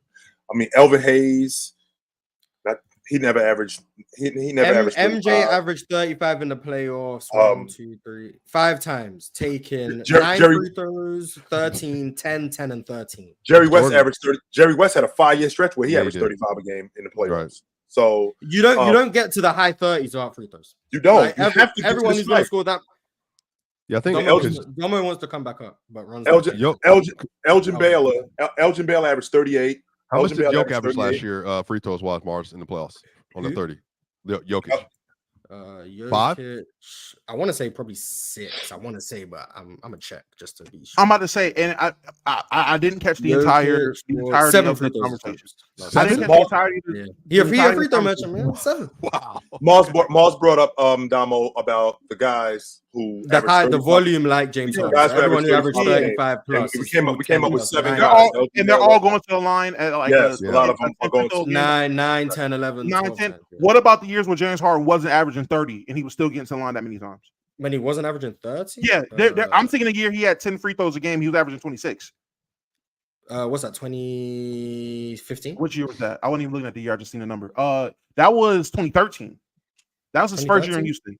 Yeah, the next year he 25. He was at 9. The next year after that, 27 with 10, and then 29 with 10. So I get it. Other guys putting up high numbers, high volume guys, gets the line out. I give you that. James Harden is still doing things that they weren't even doing. Yeah, I'm not arguing he didn't get to the line more than these guys. I'm just saying if you want to put up numbers like substantial like James Harden was in his peak, the 18, 19, 20, you're gonna have to get to the free throw line. Now James Harden been getting to the free throw line for 10 years. I'm gonna say, and I was gonna say, I definitely get you. And if we're gonna bring up 7, 8 other guys who was average 35 and put up those free throw numbers, that would make sense. My only counter would be James Harden was still doing this before putting up those legendary numbers. That's just who he is. Now he turned into one of those guys that was an all-time great scorer. Cool. But at his core, once he got his own team, like this year he got his own team, he got to the line 10 times a game. So he's still an outlier compared to those guys. Oh, but yeah, James Harden, he knows how to draw fouls. Really, I give you that. But then when I turn in, now we're full circle. And hey, full circle moment. We're talking about the most unethical hooper of my life. Like James Harden was getting to the free throw line like 8 times a game in college. He's like James Harden was getting to the line. He's been unethical since college. Like that's just James Harden's game. He's just gonna draw fouls. Merry Christmas. All right, so later, brother. Yes, sir. All right. Moving along, Andra15789 said appreciation post. Luka's top 10 on-ball player ever. Let's go Mavs. Damn, Luka getting a lot of all-time love this episode. Top 10 on-ball. Oh, absolutely all-time player. I mean, people talk about off-ball players, yeah, on-ball players too, I guess. Jake from State Farm with the super chat and said, Mavs coming for that 4 seed. Luka is the MVP and the best player in the world. Nobody wants us in the playoffs. The Pelicans do. Do they? Better stay away from them. I want to see Herb try guard Luka. I want to see that. That would be an amazing series, Mars. Because they don't switch too much, so they're not going to do what we did and end up just putting Valanciunas or something on them. He actually did a good job on Tatum on Saturday. He really did to start the game. I thought he did a good job on Tatum. But I could do a good job on Tatum. Just be like, no, you can't. He would destroy you, Mars. No, you could not. Let him shoot. He would us. He would destroy you, Munch. He would destroy you. If I was 6'8", yeah, and if Grandma had balls, she'd be Grandpa, but you're not. So 2024, still Grandma. Scott Doop said Ron is banished from the Trae Young fan club. Damn, tough. Yeah, Ron, because a minute ago, like Trae Young was that dude, and then now it's I mean, I'm still down with you, but you know, you ain't as good looking as you were a little while ago. Nobody over the last 3 years. Nobody over the last 3 years has showed Trae Young as much love as I have. It's still currently to this day, nobody shows Trae as much love as I have. When Halliburton showed up, boy, that he didn't really look as good as he used to. I know that for a fact. Yeah, Halliburton was like your fancy new toy, and you just forgot about Trae Young. Completely. Trae, I still got Trae Young ranked where he's ranked at. Above or below Halliburton? Above. He's still third. Hallie's just fourth. I just had to push the Hallie propaganda so I could let y'all know how I feel about Hallie too. But Trae is still him. I still rock with Trae. Okay. No, hey, don't get it twisted. Look, I didn't hype Trae up so much these last 3 years. It's impossible for me not to be on the Trae Young club. Nah, Ron, whatever happened to loyalty, bro? Yeah, facts, man. Ron, I'm not gonna lie. You so now this. Moving along, SMN RNDM said, DW Mars. Don't worry, Mars. We finna beat the Warriors twice and get you back in the 10th spot. Fight in the 10th spot fight. Hope the Rockets do their end of the deal and beat them on Thursday. We play the Mavericks again this week. Like, you can beat the Warriors twice, you're gonna beat us again. Like, you're not helping us. See, but that's super chat right there. That's the problem. That's the problem I have right there. And it's not what you said, it's how you said it. Twice, T2 ICE. You couldn't just put TWICE. Yeah, I found that way too. But yeah, I ain't gonna lie. If I see Luka not hit 10 threes against the Warriors after what he just did to my team, I'm hating. Like, I'm sorry. There's no way he about to. If he has to go in like 2 for 11 from 3 against the Warriors, I'm gonna lose my mind. And I need them to win those games because we're gonna lose to the Timberwolves tomorrow. We chalking that up. We know we lost. Cool. So we're gonna be on a 2-game losing streak. We're gonna play the Warriors, have to win that game. Then we got the Heat on a back-to-back, have to win that game. And then we got the Mavericks on Sunday, have to win that game. Otherwise, yeah, it's done for. No matter what the Warriors do, because I know the Warriors play the Lakers soon. I need the Lakers to win that game too. But yeah, it's rough. It's not great. Y'all see that in the chat? Luka is better than Prime Steph. I mean, if we're having Luka James Harden conversations, why can't we have Luka Steph conversations?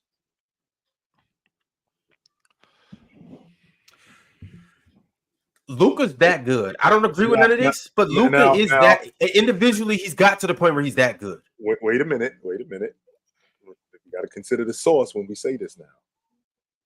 Tell everybody who said that. Who said that? Who said it? Jalen Carter, who's the one who said it. Jalen Carter just said this? Yeah, he said peak Luka over peak Harden and stuff. Yeah. Oh, I didn't see that. I didn't. You saw Ali say it, right? You saw Ali say it. Yeah. But I mean, like, this is similar to when Low was here, we're telling people about how good Jokic was. And everyone was like, nah, he's not that good. Oh, the advanced stats are tricking you. Oh, he's not that good. He don't play defense. You can't do this, can't do that. And then he won. And then everyone was like, oh my God, Jokic is that good. Where does he rank? Is he a top 5 center? Blah, blah, like, the same thing's going to happen to Luka. If they win this year, everyone's going to start, Luka better than Steph? Here we go. Luka over James Harden? Yep, here we go. Like, that's what's going to happen. Like, it's the same thing that happens with any player. Like, everyone who says it early, they get told that they're saying it too early and they're wrong. And then they end up being right and everyone just switches up. That's what's going to happen. If Dallas win this year, everyone who was saying nah is going to switch up. That's what's going to happen. And then the other people are just going to be living in denial, like, they got lucky. Like, because they just refuse to be wrong. Championships have a tendency to switch up people's logic really quickly. So I think that's interesting. I got Dallas, man. SMN R&DM said, Ox, Super Chat's expensive in this economy. Got to use twice instead of twice in order to save that extra letter. Need to stick to under 150 characters. I thought that was the reason. I did think that was the reason. I just didn't know what the limit was. I do see that, but it can't be if you just sent another super chat just to explain that. You know what I'm saying? I'll be in the chat. So if you really just want to say to me, you could have just sent a $10 super chat and got more characters. And on top, but you know what though? On top of that though, get your bread up. Get your bread up, fam. Real, get your bread up. Get your bread up, man. Man, life is tough. Y'all know what that means. Y'all better not go over to chill with Chill being broke. I seen y'all the other day too. Y'all raking in them super chats. I see y'all moving on up. I mean, when it's the best show on the platform, what you expect, man? I'm just saying, y'all. Last time I checked, y'all was in the projects. Now I see y'all. Y'all didn't change neighborhoods. Y'all, no, we still in the project. We just got nicer furniture. That's all. We still in the project. Nicer car too. We got nice. Y'all threw some D's on it. I see y'all rolling around a little different. We got a bigger apartment. We ain't in a 1-bedroom no more. We in a 3-bedroom now. So yeah, we still in the Jets. Check y'all out. I'm happy you and Ox not sharing both. Absolutely. MC Robinson said today is a big day for women's basketball because we have 2 primetime games: LSU versus Iowa and USC versus UConn. Who does everyone got winning tonight? We heard everyone's predictions. Can we shout him out for being a member for 20 months? By the way, nearly 2 years. Put that out there. Put that out there, MC Robinson. He been on. MC Robinson. He a real one. Shout out to him, man. We gotta acknowledge that. MC a day one for real. MC was back in the original Gridiron days where it was just me, Bama, J. Rob, Fluent, and Dub. All in the basement scrapping. Dub. Oh, I wouldn't watch that. Ugh. That was a good show. MC will tell you that was a real good show. But Damo, we all gave our predictions tonight. I guess we could do it one more time. But Damo, who you got winning these two games? LSU beats Iowa again, and I got UConn over USC. Them dirty debutantes ain't finna do shit, dog. All right, you know what? We'll just go back to the top. Alan L said Luka giving Mars trauma. No, that was bad. What I seen last night was bad. Joseph S said Exum needs his flowers. Gives me D White vibes. No, he was wide open 3 times. I'm on mute. Easy. Let's chill out, y'all. Joseph, the state of this economy, you gotta say no Diddy at the end of this. Let's chill out, Damo. I'm not gonna lie, man. If you would have told me back in 2014, 2015, whichever one he was on 2K, hey, damn Kobe, this guy's gonna be the next Derek White, I'd have smacked you. I'd have smacked you. Like, what? The next who? Hey, but it is good to see Dante Exum back in the league, though. Right. You know what I'm saying? Whether he's balling or not, just making his way back to the NBA. He's shooting 50% from 3 this year. I'm not saying he's a quality role player. He definitely redeemed himself. So yeah, I didn't expect it. I seen Dante Exum's name. I'm like, who is this? Like, I'm thinking that got to be somebody else. No. If we give him flowers, listen, because I gave this man a lot of slack for some years now.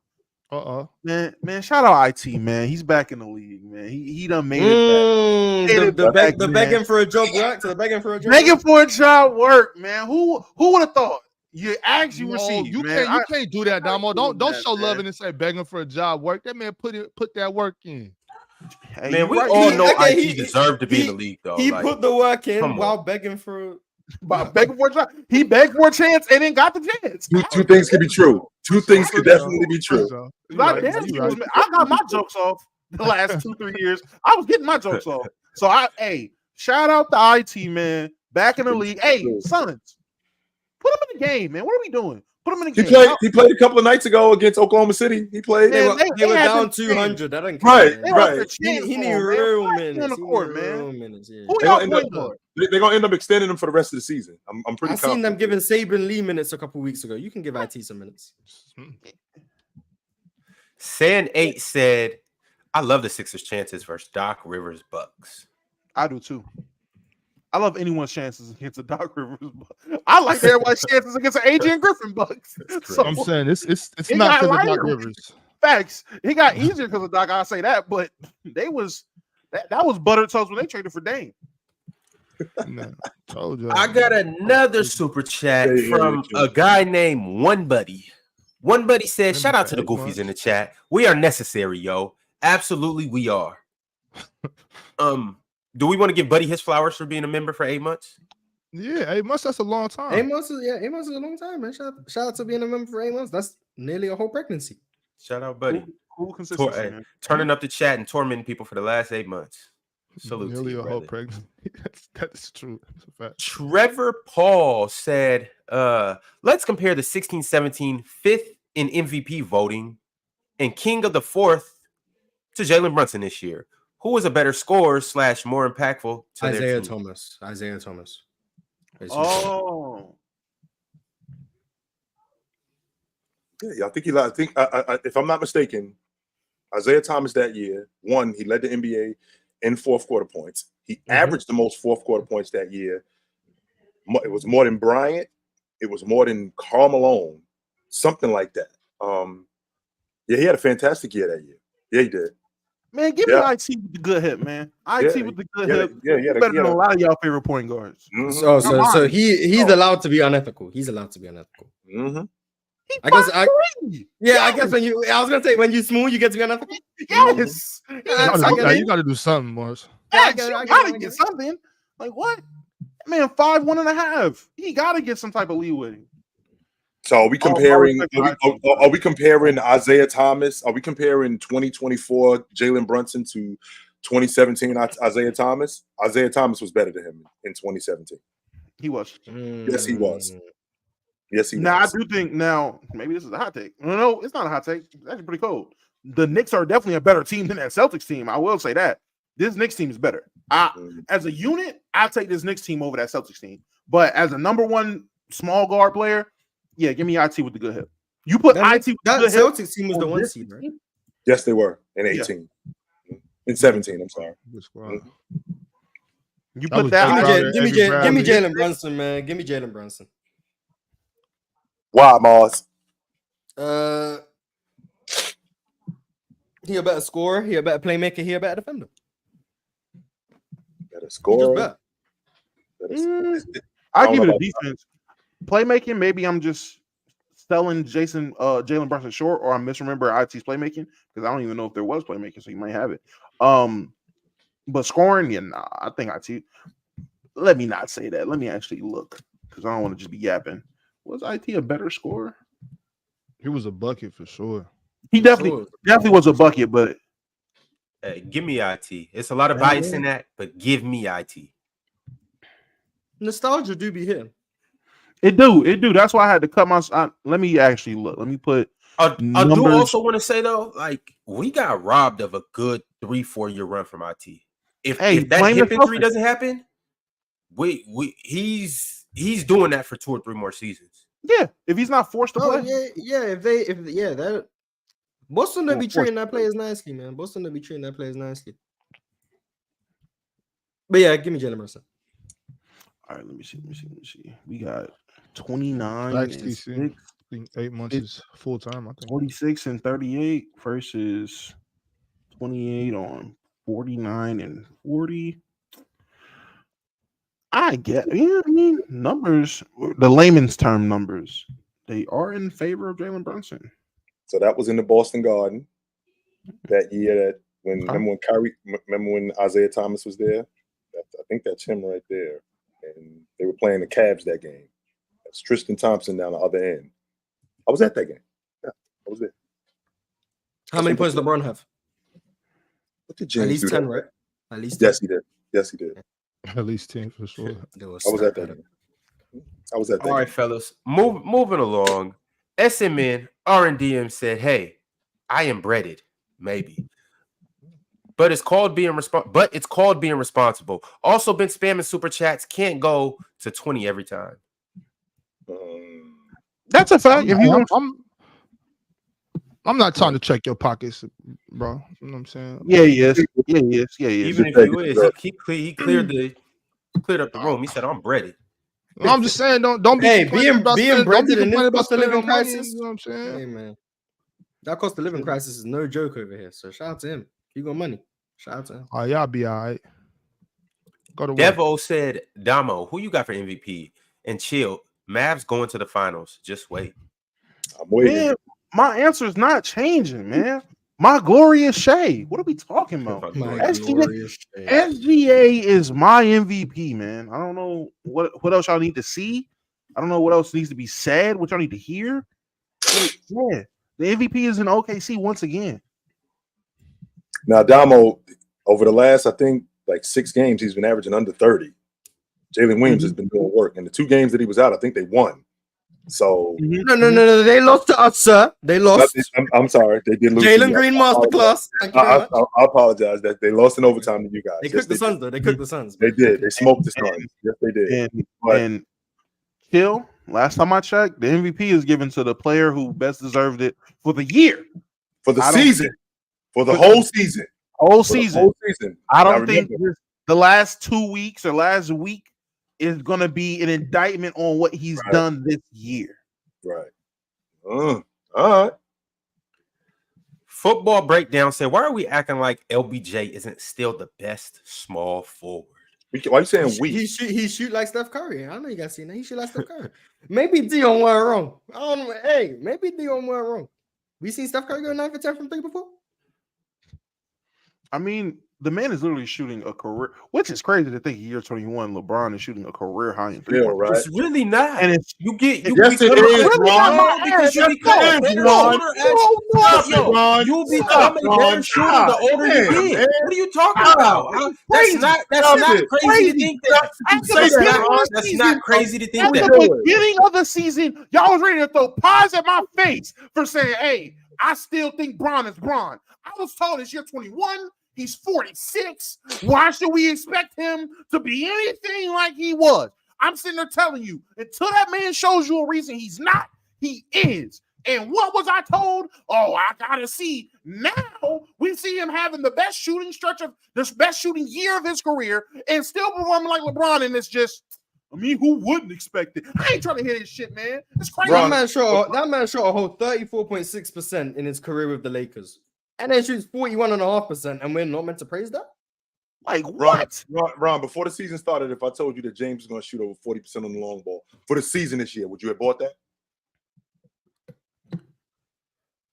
I probably would have. Hell no. I would have believed 38. I would have believed 38. But what is what I want to give Jalen his credit because Jalen said it because he was the one pushing the law of averages. He was like, LeBron last year was 32%. His career average is like 36%, which means this year he's gonna shoot 40% to balance out. No, Mark. Hey, Mark, respect me. You don't remember when Lowe was on the show and I was saying that 2 years ago? Was it 2 years ago? I think it was. Yeah, when you used my law of averages. Yeah, when LeBron had a stretch where he was like 29% from three, and he was like, law of averages, he's gonna start making threes. I said, I believe he's gonna get back up. But you ain't say it for this season. I remember LeBron started the season hot, and I was like, yeah, this ain't sustainable.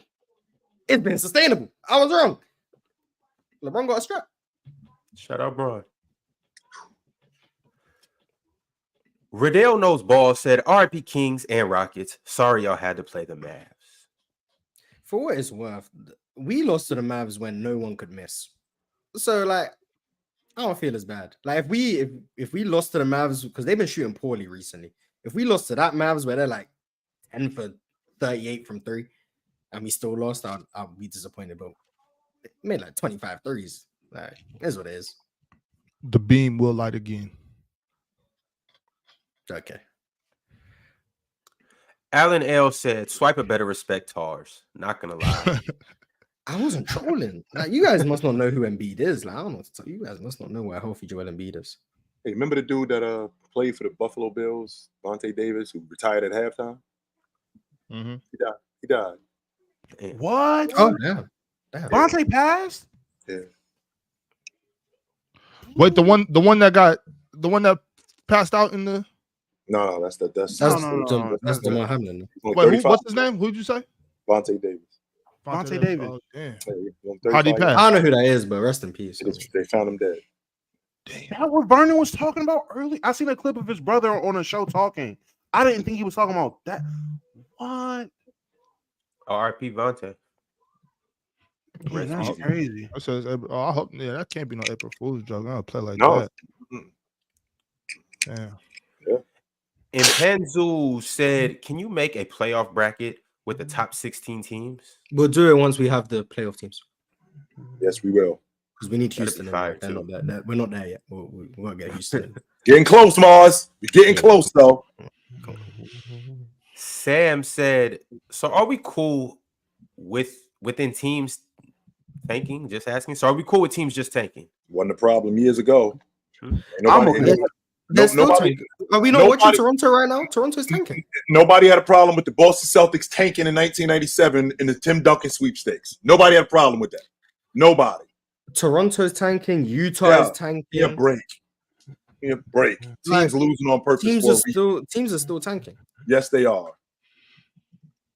Golden State wouldn't tank regardless. Like if the play-ins didn't exist, Golden State still wouldn't tank because what benefit? So how do you go about tanking? Because as a player, I couldn't imagine being a player on a team and being told like, oh, we're not supposed to try to win. So how do they go about it? The coaches like play the bad player. You don't. No. You don't tell guys that they're not trying to win. Right. You just put inoperable players or bad players on the court. So how John Wall explained it a couple years ago playing with the Rockets. It wasn't that they went in there and was like, all right, y'all, we trying to tank. We trying to lose, don't win games. It's that you put guys who are G League bound, guys who genuinely aren't league ready around John Wall to be on the court, so you just have no chance of winning. That's how you tank. You know for develop, you just like what the Grizzlies are doing. You put guys out there, try to get them better, put young guys out there, see what they got. But you obviously shouldn't be playing Triple J and Desmond Bain. Like, and put your guys away. Ox, we know for a fact that you ain't with this. So what we're going to do is we're going to make you a healthy scratch, but we're going to tell people that, you got a knee issue. We're going to tell people that, you got a back issue. Because we know for a fact how you supposed to lay down for that? She'll tell like if you're playing right, you're on the team and they're put that out there like, oh, his knee's hurt. Ain't you just gonna come out and be like, ain't nothing wrong with my knee? I think I do. Well, some people, you get paid. That's crazy. No, so I do think tanking takes a toll on some people, but I also think I don't think teams come into the season tanking. No, they don't. Like, that's just my opinion. Like, I don't think Detroit came into the season purposely losing games. I think they tried to be competitive, they lost. And then you get to a point in the season where the seas's a wrap. You might as well try to get your best pick. Like Utah right now, they started the season. You remember Utah were being competitive all the way till January. Realize, yeah, we ain't got anything for the playoffs. Right. Let's try to get our pick the best they can. Because I think if it doesn't fall in the top 10, they don't get it. So they're trying to just improve their draft odds. Same thing with the Toronto Raptors. They were trying to be competitive. And then Scottie Barnes goes down and everything unravels. And it's like, okay, let's just try to get the best draft pick we can. Brooklyn isn't tanking because they can't afford to, so they're trying to compete. They're just trash. And then the other, like the West playing, the Lakers and the Warriors wouldn't tank regardless. Like, what's a healthy scratch, bro? John Wall for the Rockets. Literally, you're healthy. But could you explain to me, like, what that means? Like, what? So, like, you're not hurt. You're just not playing. Like, they're not playing you, but you're not hurt. And I was gonna say, because you was like, oh man, I can't do that shit. Everyone's not trying to be great. Everybody's not trying to win. A lot of guys are literally in the NBA because they want to check. Like it's their job. So that's the type of guy you would need. If you had a guy, and that's why the Rockets got off of John Wall, because John Wall was not with it. He got sick of it. He was like, I'm not with this whole system y'all got. Get me out of here. Some guys, hey man, they take the money and shut up because that's all it's their job. Right. The players do go out and compete though. Like as someone who had to watch my team play, we were trying to win. We were just trash. Like we were trying to win games. We were trying to be competitive. We just. Are you talking about the Warriors or the Rockets right now? The Rockets. We were like last season when we won 22 games. We weren't going into games just purposely losing. We were just not a good team. And like we played us against Houston. Played the Blazers like last week. The Blazers were competing with us for the first half completely. They were playing very well. They were competing. And then the third quarter comes around. I remember Ryan Rupert hit a couple threes. Game wasn't looking great. And then they were like, Chauncey was just like, yeah, Ryan, get off the court. We're not trying to win this game. You making too many threes. Bye-bye, buddy. And then he just played Chris Murray more minutes. He was bricking shots. And they just started putting in guys who, no disrespect, probably shouldn't have been playing if they were really trying to win the game. But Chauncey Billups knows he's got to answer to higher ups. And he got to lose. But the players are competing. They just, certain things they can't do. And that's coaching. And the guys told them, you can't do this, can't do that. But the players are trying. But so like imagine like what you just explained, Chauncey, he got to answer the higher ups and whatnot, right? Now, what if the higher ups, to save face, fire Chauncey Billups?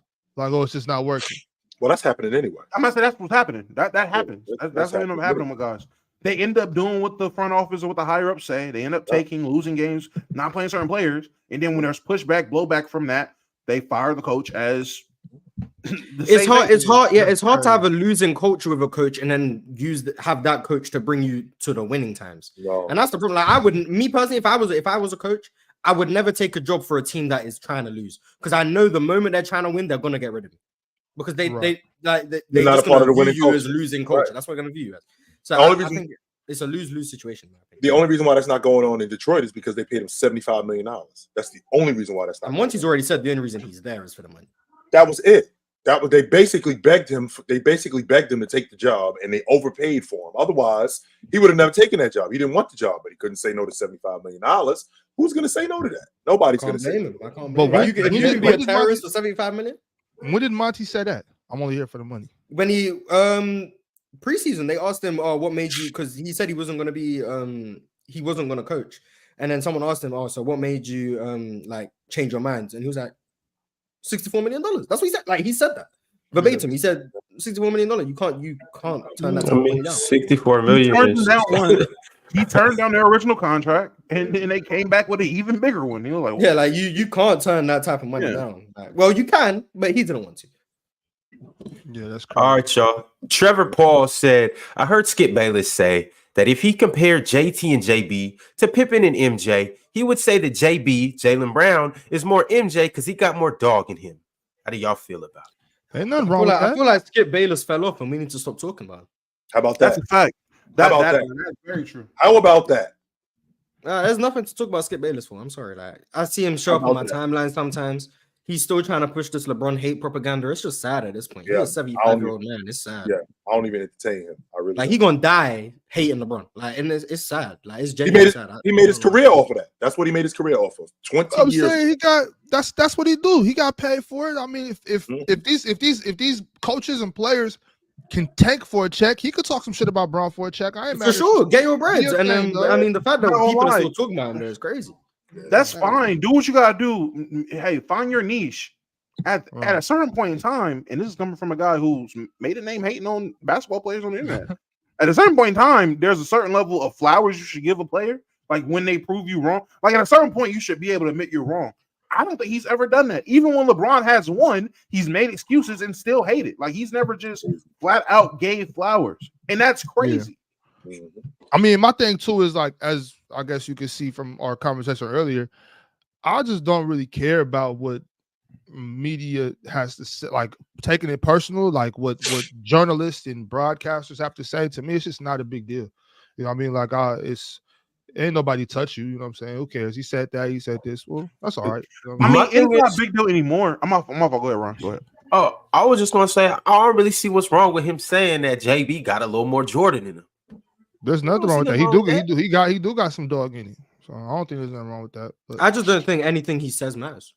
Facts. And that's what That's where I'm at. It's not with it. about And him I'm- saying the wrong thing. Is that who cares about him saying anything? And I feel you. Who cares what they got to say? That's fine to have that standpoint now. But 20 years ago, the media they drove the narrative about you as a player. Like if they painted a picture on you, there was no player's choice where people can bring another side and show information.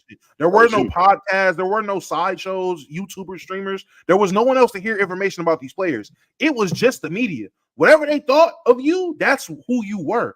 That's why that shit mattered back then. Yeah. So a lot of players that came up in the 2000s or played in the 2010s, a guy like Skip Bayless, that shit will still irk them because they remember a time when that shit mattered. Nowadays, Keegan Murray don't give a damn what Skip Bayless got to say. He don't care. Like, all right, cool. Your little show, whatever. There's a million other places people can go to listen to basketball.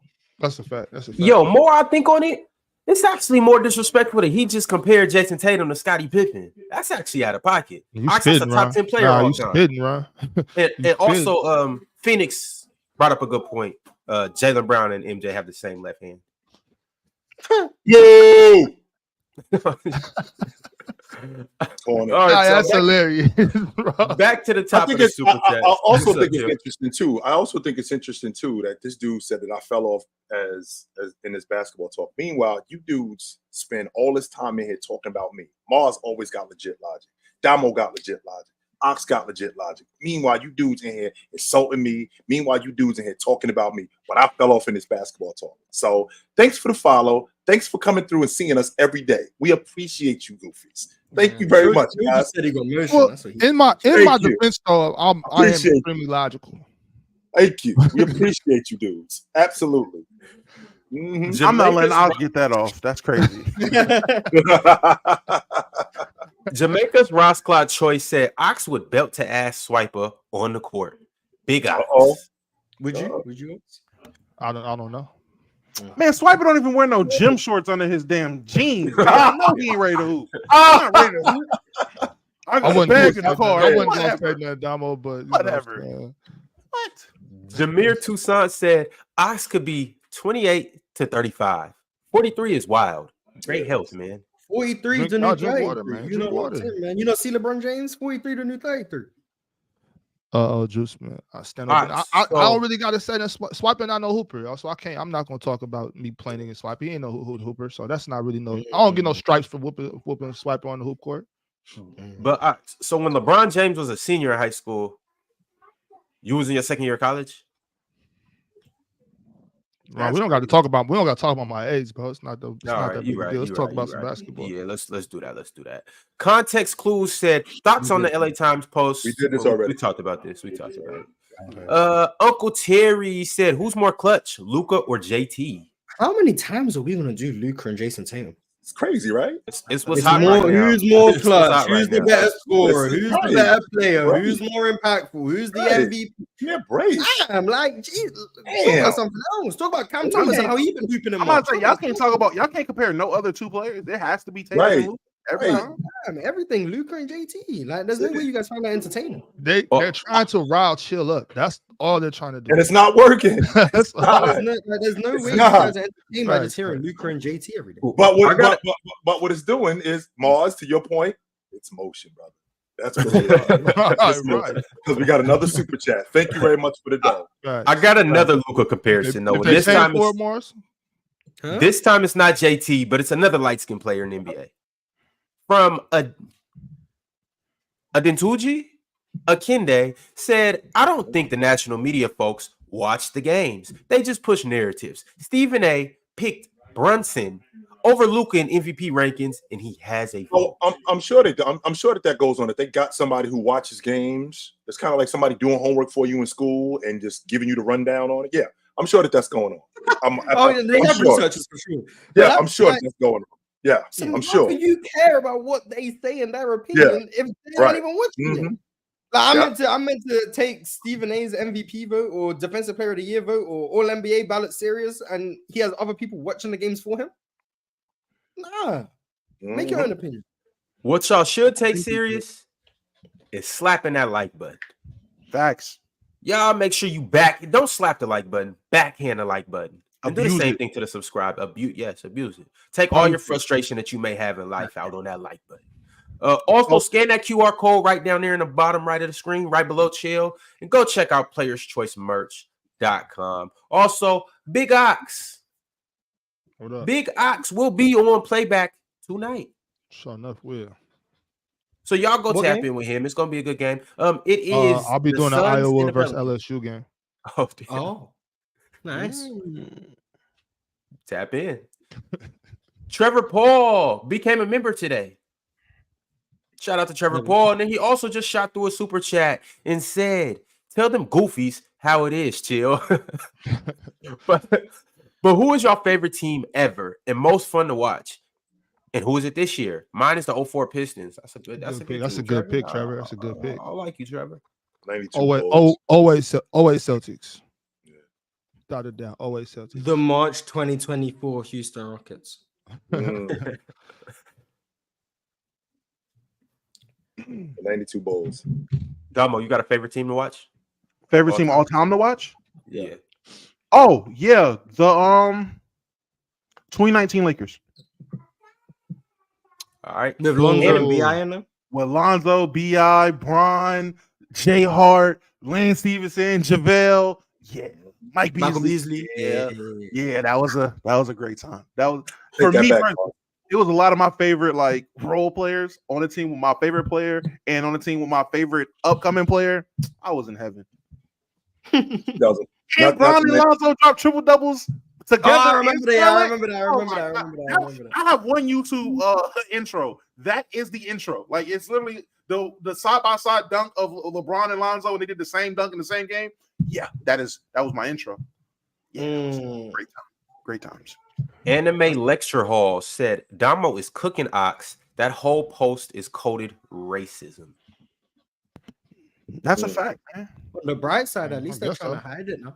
60 years. They're not trying to hide it. No. They're not trying to hide it. They put it right under your nose, but because niggas like Louisiana hot sauce, they don't care. But could it just be that it just so happens that the villain happened to have more black girls on their team, so now it looks like it's racism because they're saying something against some girls that happen to be black? Is there a black girl in Iowa? It wasn't Iowa. It was UCLA. It was UCLA. Weren't they talking about UCLA? I thought it was talking about the matchup between what you call it. It was about UCLA. Oh, I didn't even know the matchup. I thought it was talking about the upcoming matchup. Both teams got a couple black girls though. That's what I'm saying. Like, well, LSU has more black girls, but UCLA. I'm jealous.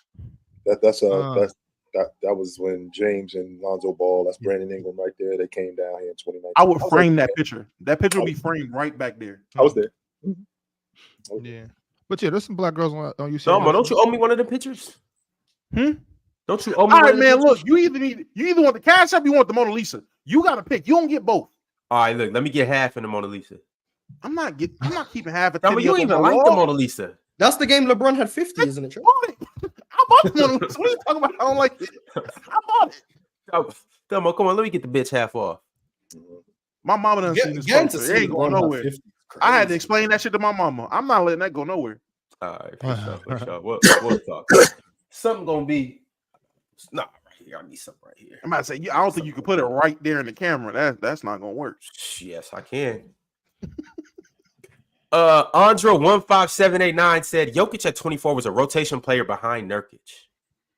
Right. And today he's the best player in the NBA.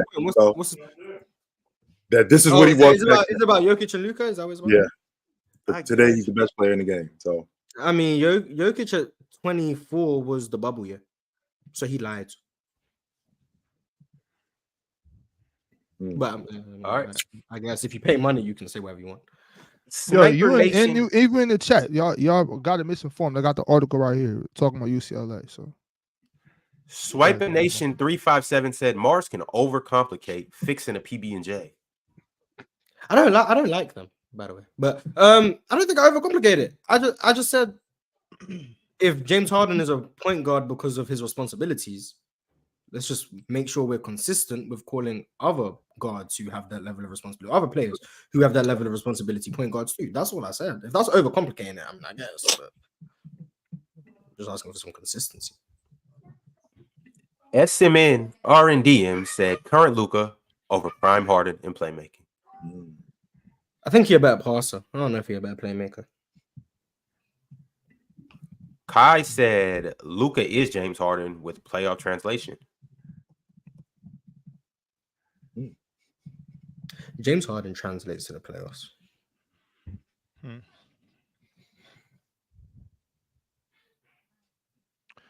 We did. All right. We actually Rambo E 1996 said 2021 Curry or 2019 Harden. I choose. No, those two are not the same. No way.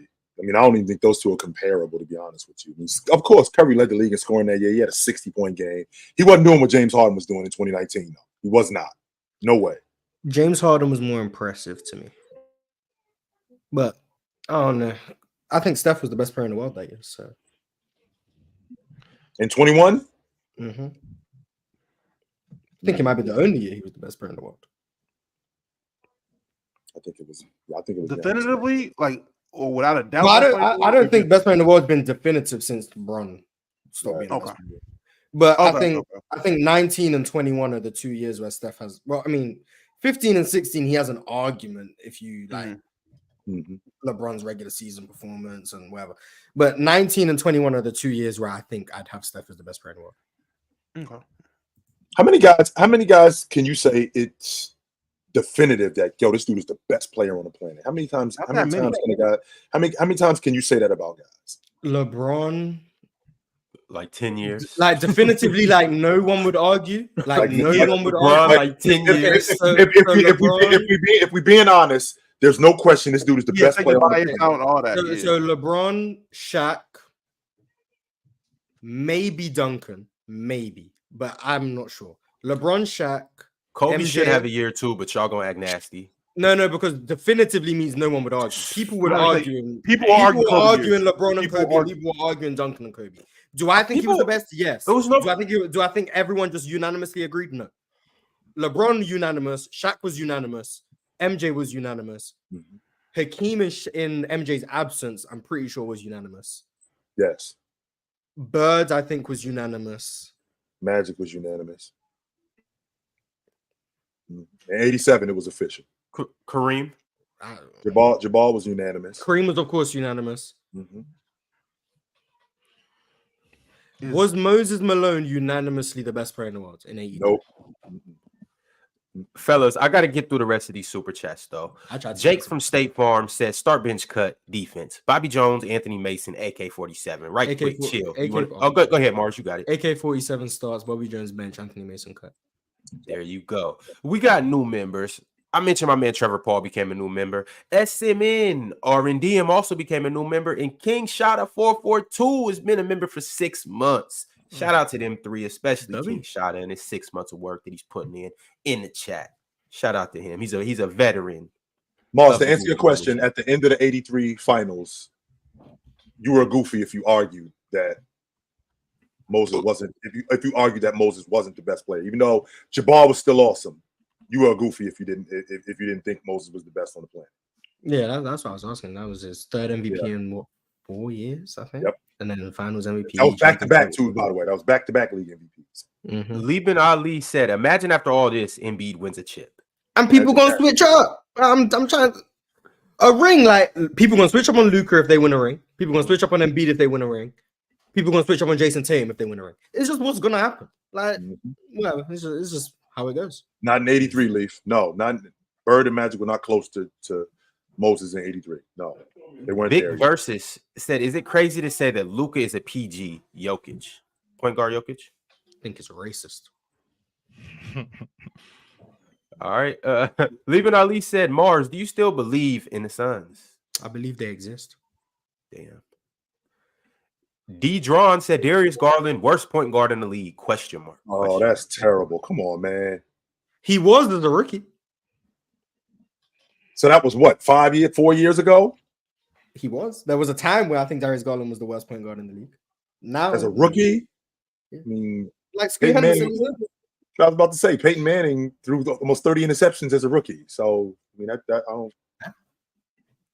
Marcel Sanders said, "Get Markelle Fultz off the court." Or Chill, can you read this? Get Markelle Fultz off the floor. Come on, Chill. Trying to tell you, told you. Yeah, I was wrong about. I was pushing Markelle most improved player propaganda this year. Not so much. I stopped that real soon. Yeah, it's not great for Markelle. Yo, Mars, who you got chatting for you? What do you mean? You know, like how you be up here, your hand be right here. All of a sudden, they say Mars Hot Sports said it. I'm like, yo, Mars is. I can see his hand. Oh, you know, like how Stephen A. has people watching the game for him? I've been told people I got assistants. I got Mars someone who's on my account who types in the chat. I need to keep up my chat presence. Mars got a staff. Keep it up. Shout out Mars, man. Got a staff. Got his little Martian minions working for him. Shout out to all of them. People, man. Last super chat of the day from Trevor Paul said, "Someone I think would be a borderline superstar in the league now is Joe Johnson. Even though he was great in his day, he would thrive like Harden did." Let's chill out with the like Harden. He's a bucket getter. He'd be worse than Brandon Ingram. He'd be a better version of Jalen. He'd be a better version of J-Dub. That's who he'd be. J-Dub better on defense, but Johnson was so cold. He Brandon Ingram better than him in my opinion. So I don't know what we do with that information. Hey Mars, 8 Gates League wants to know how much your assistant's getting paid. I think you might have some other people that want to apply for the job. That's what it sounds like. Internships. Hey man, if you're interested, DM me on Instagram, man. Chill, you know what that looks like. I do. Are you talking about getting paid like a sweatshop worker? That's all right. Look, I need some assistance too, but my payroll only got $3, so. But you might get that bet of the Kings over the Warriors, so get some more money in your pockets. All right, y'all. We out of here. We'll be back tomorrow with the same crew, same guys, but it'll just be a better show with better topics. Tap into playback in a little bit, and we have a show next too. Tap into that. Press box. Later, Goofies. Take it easy, Goofies. We'll see you tomorrow. Love y'all.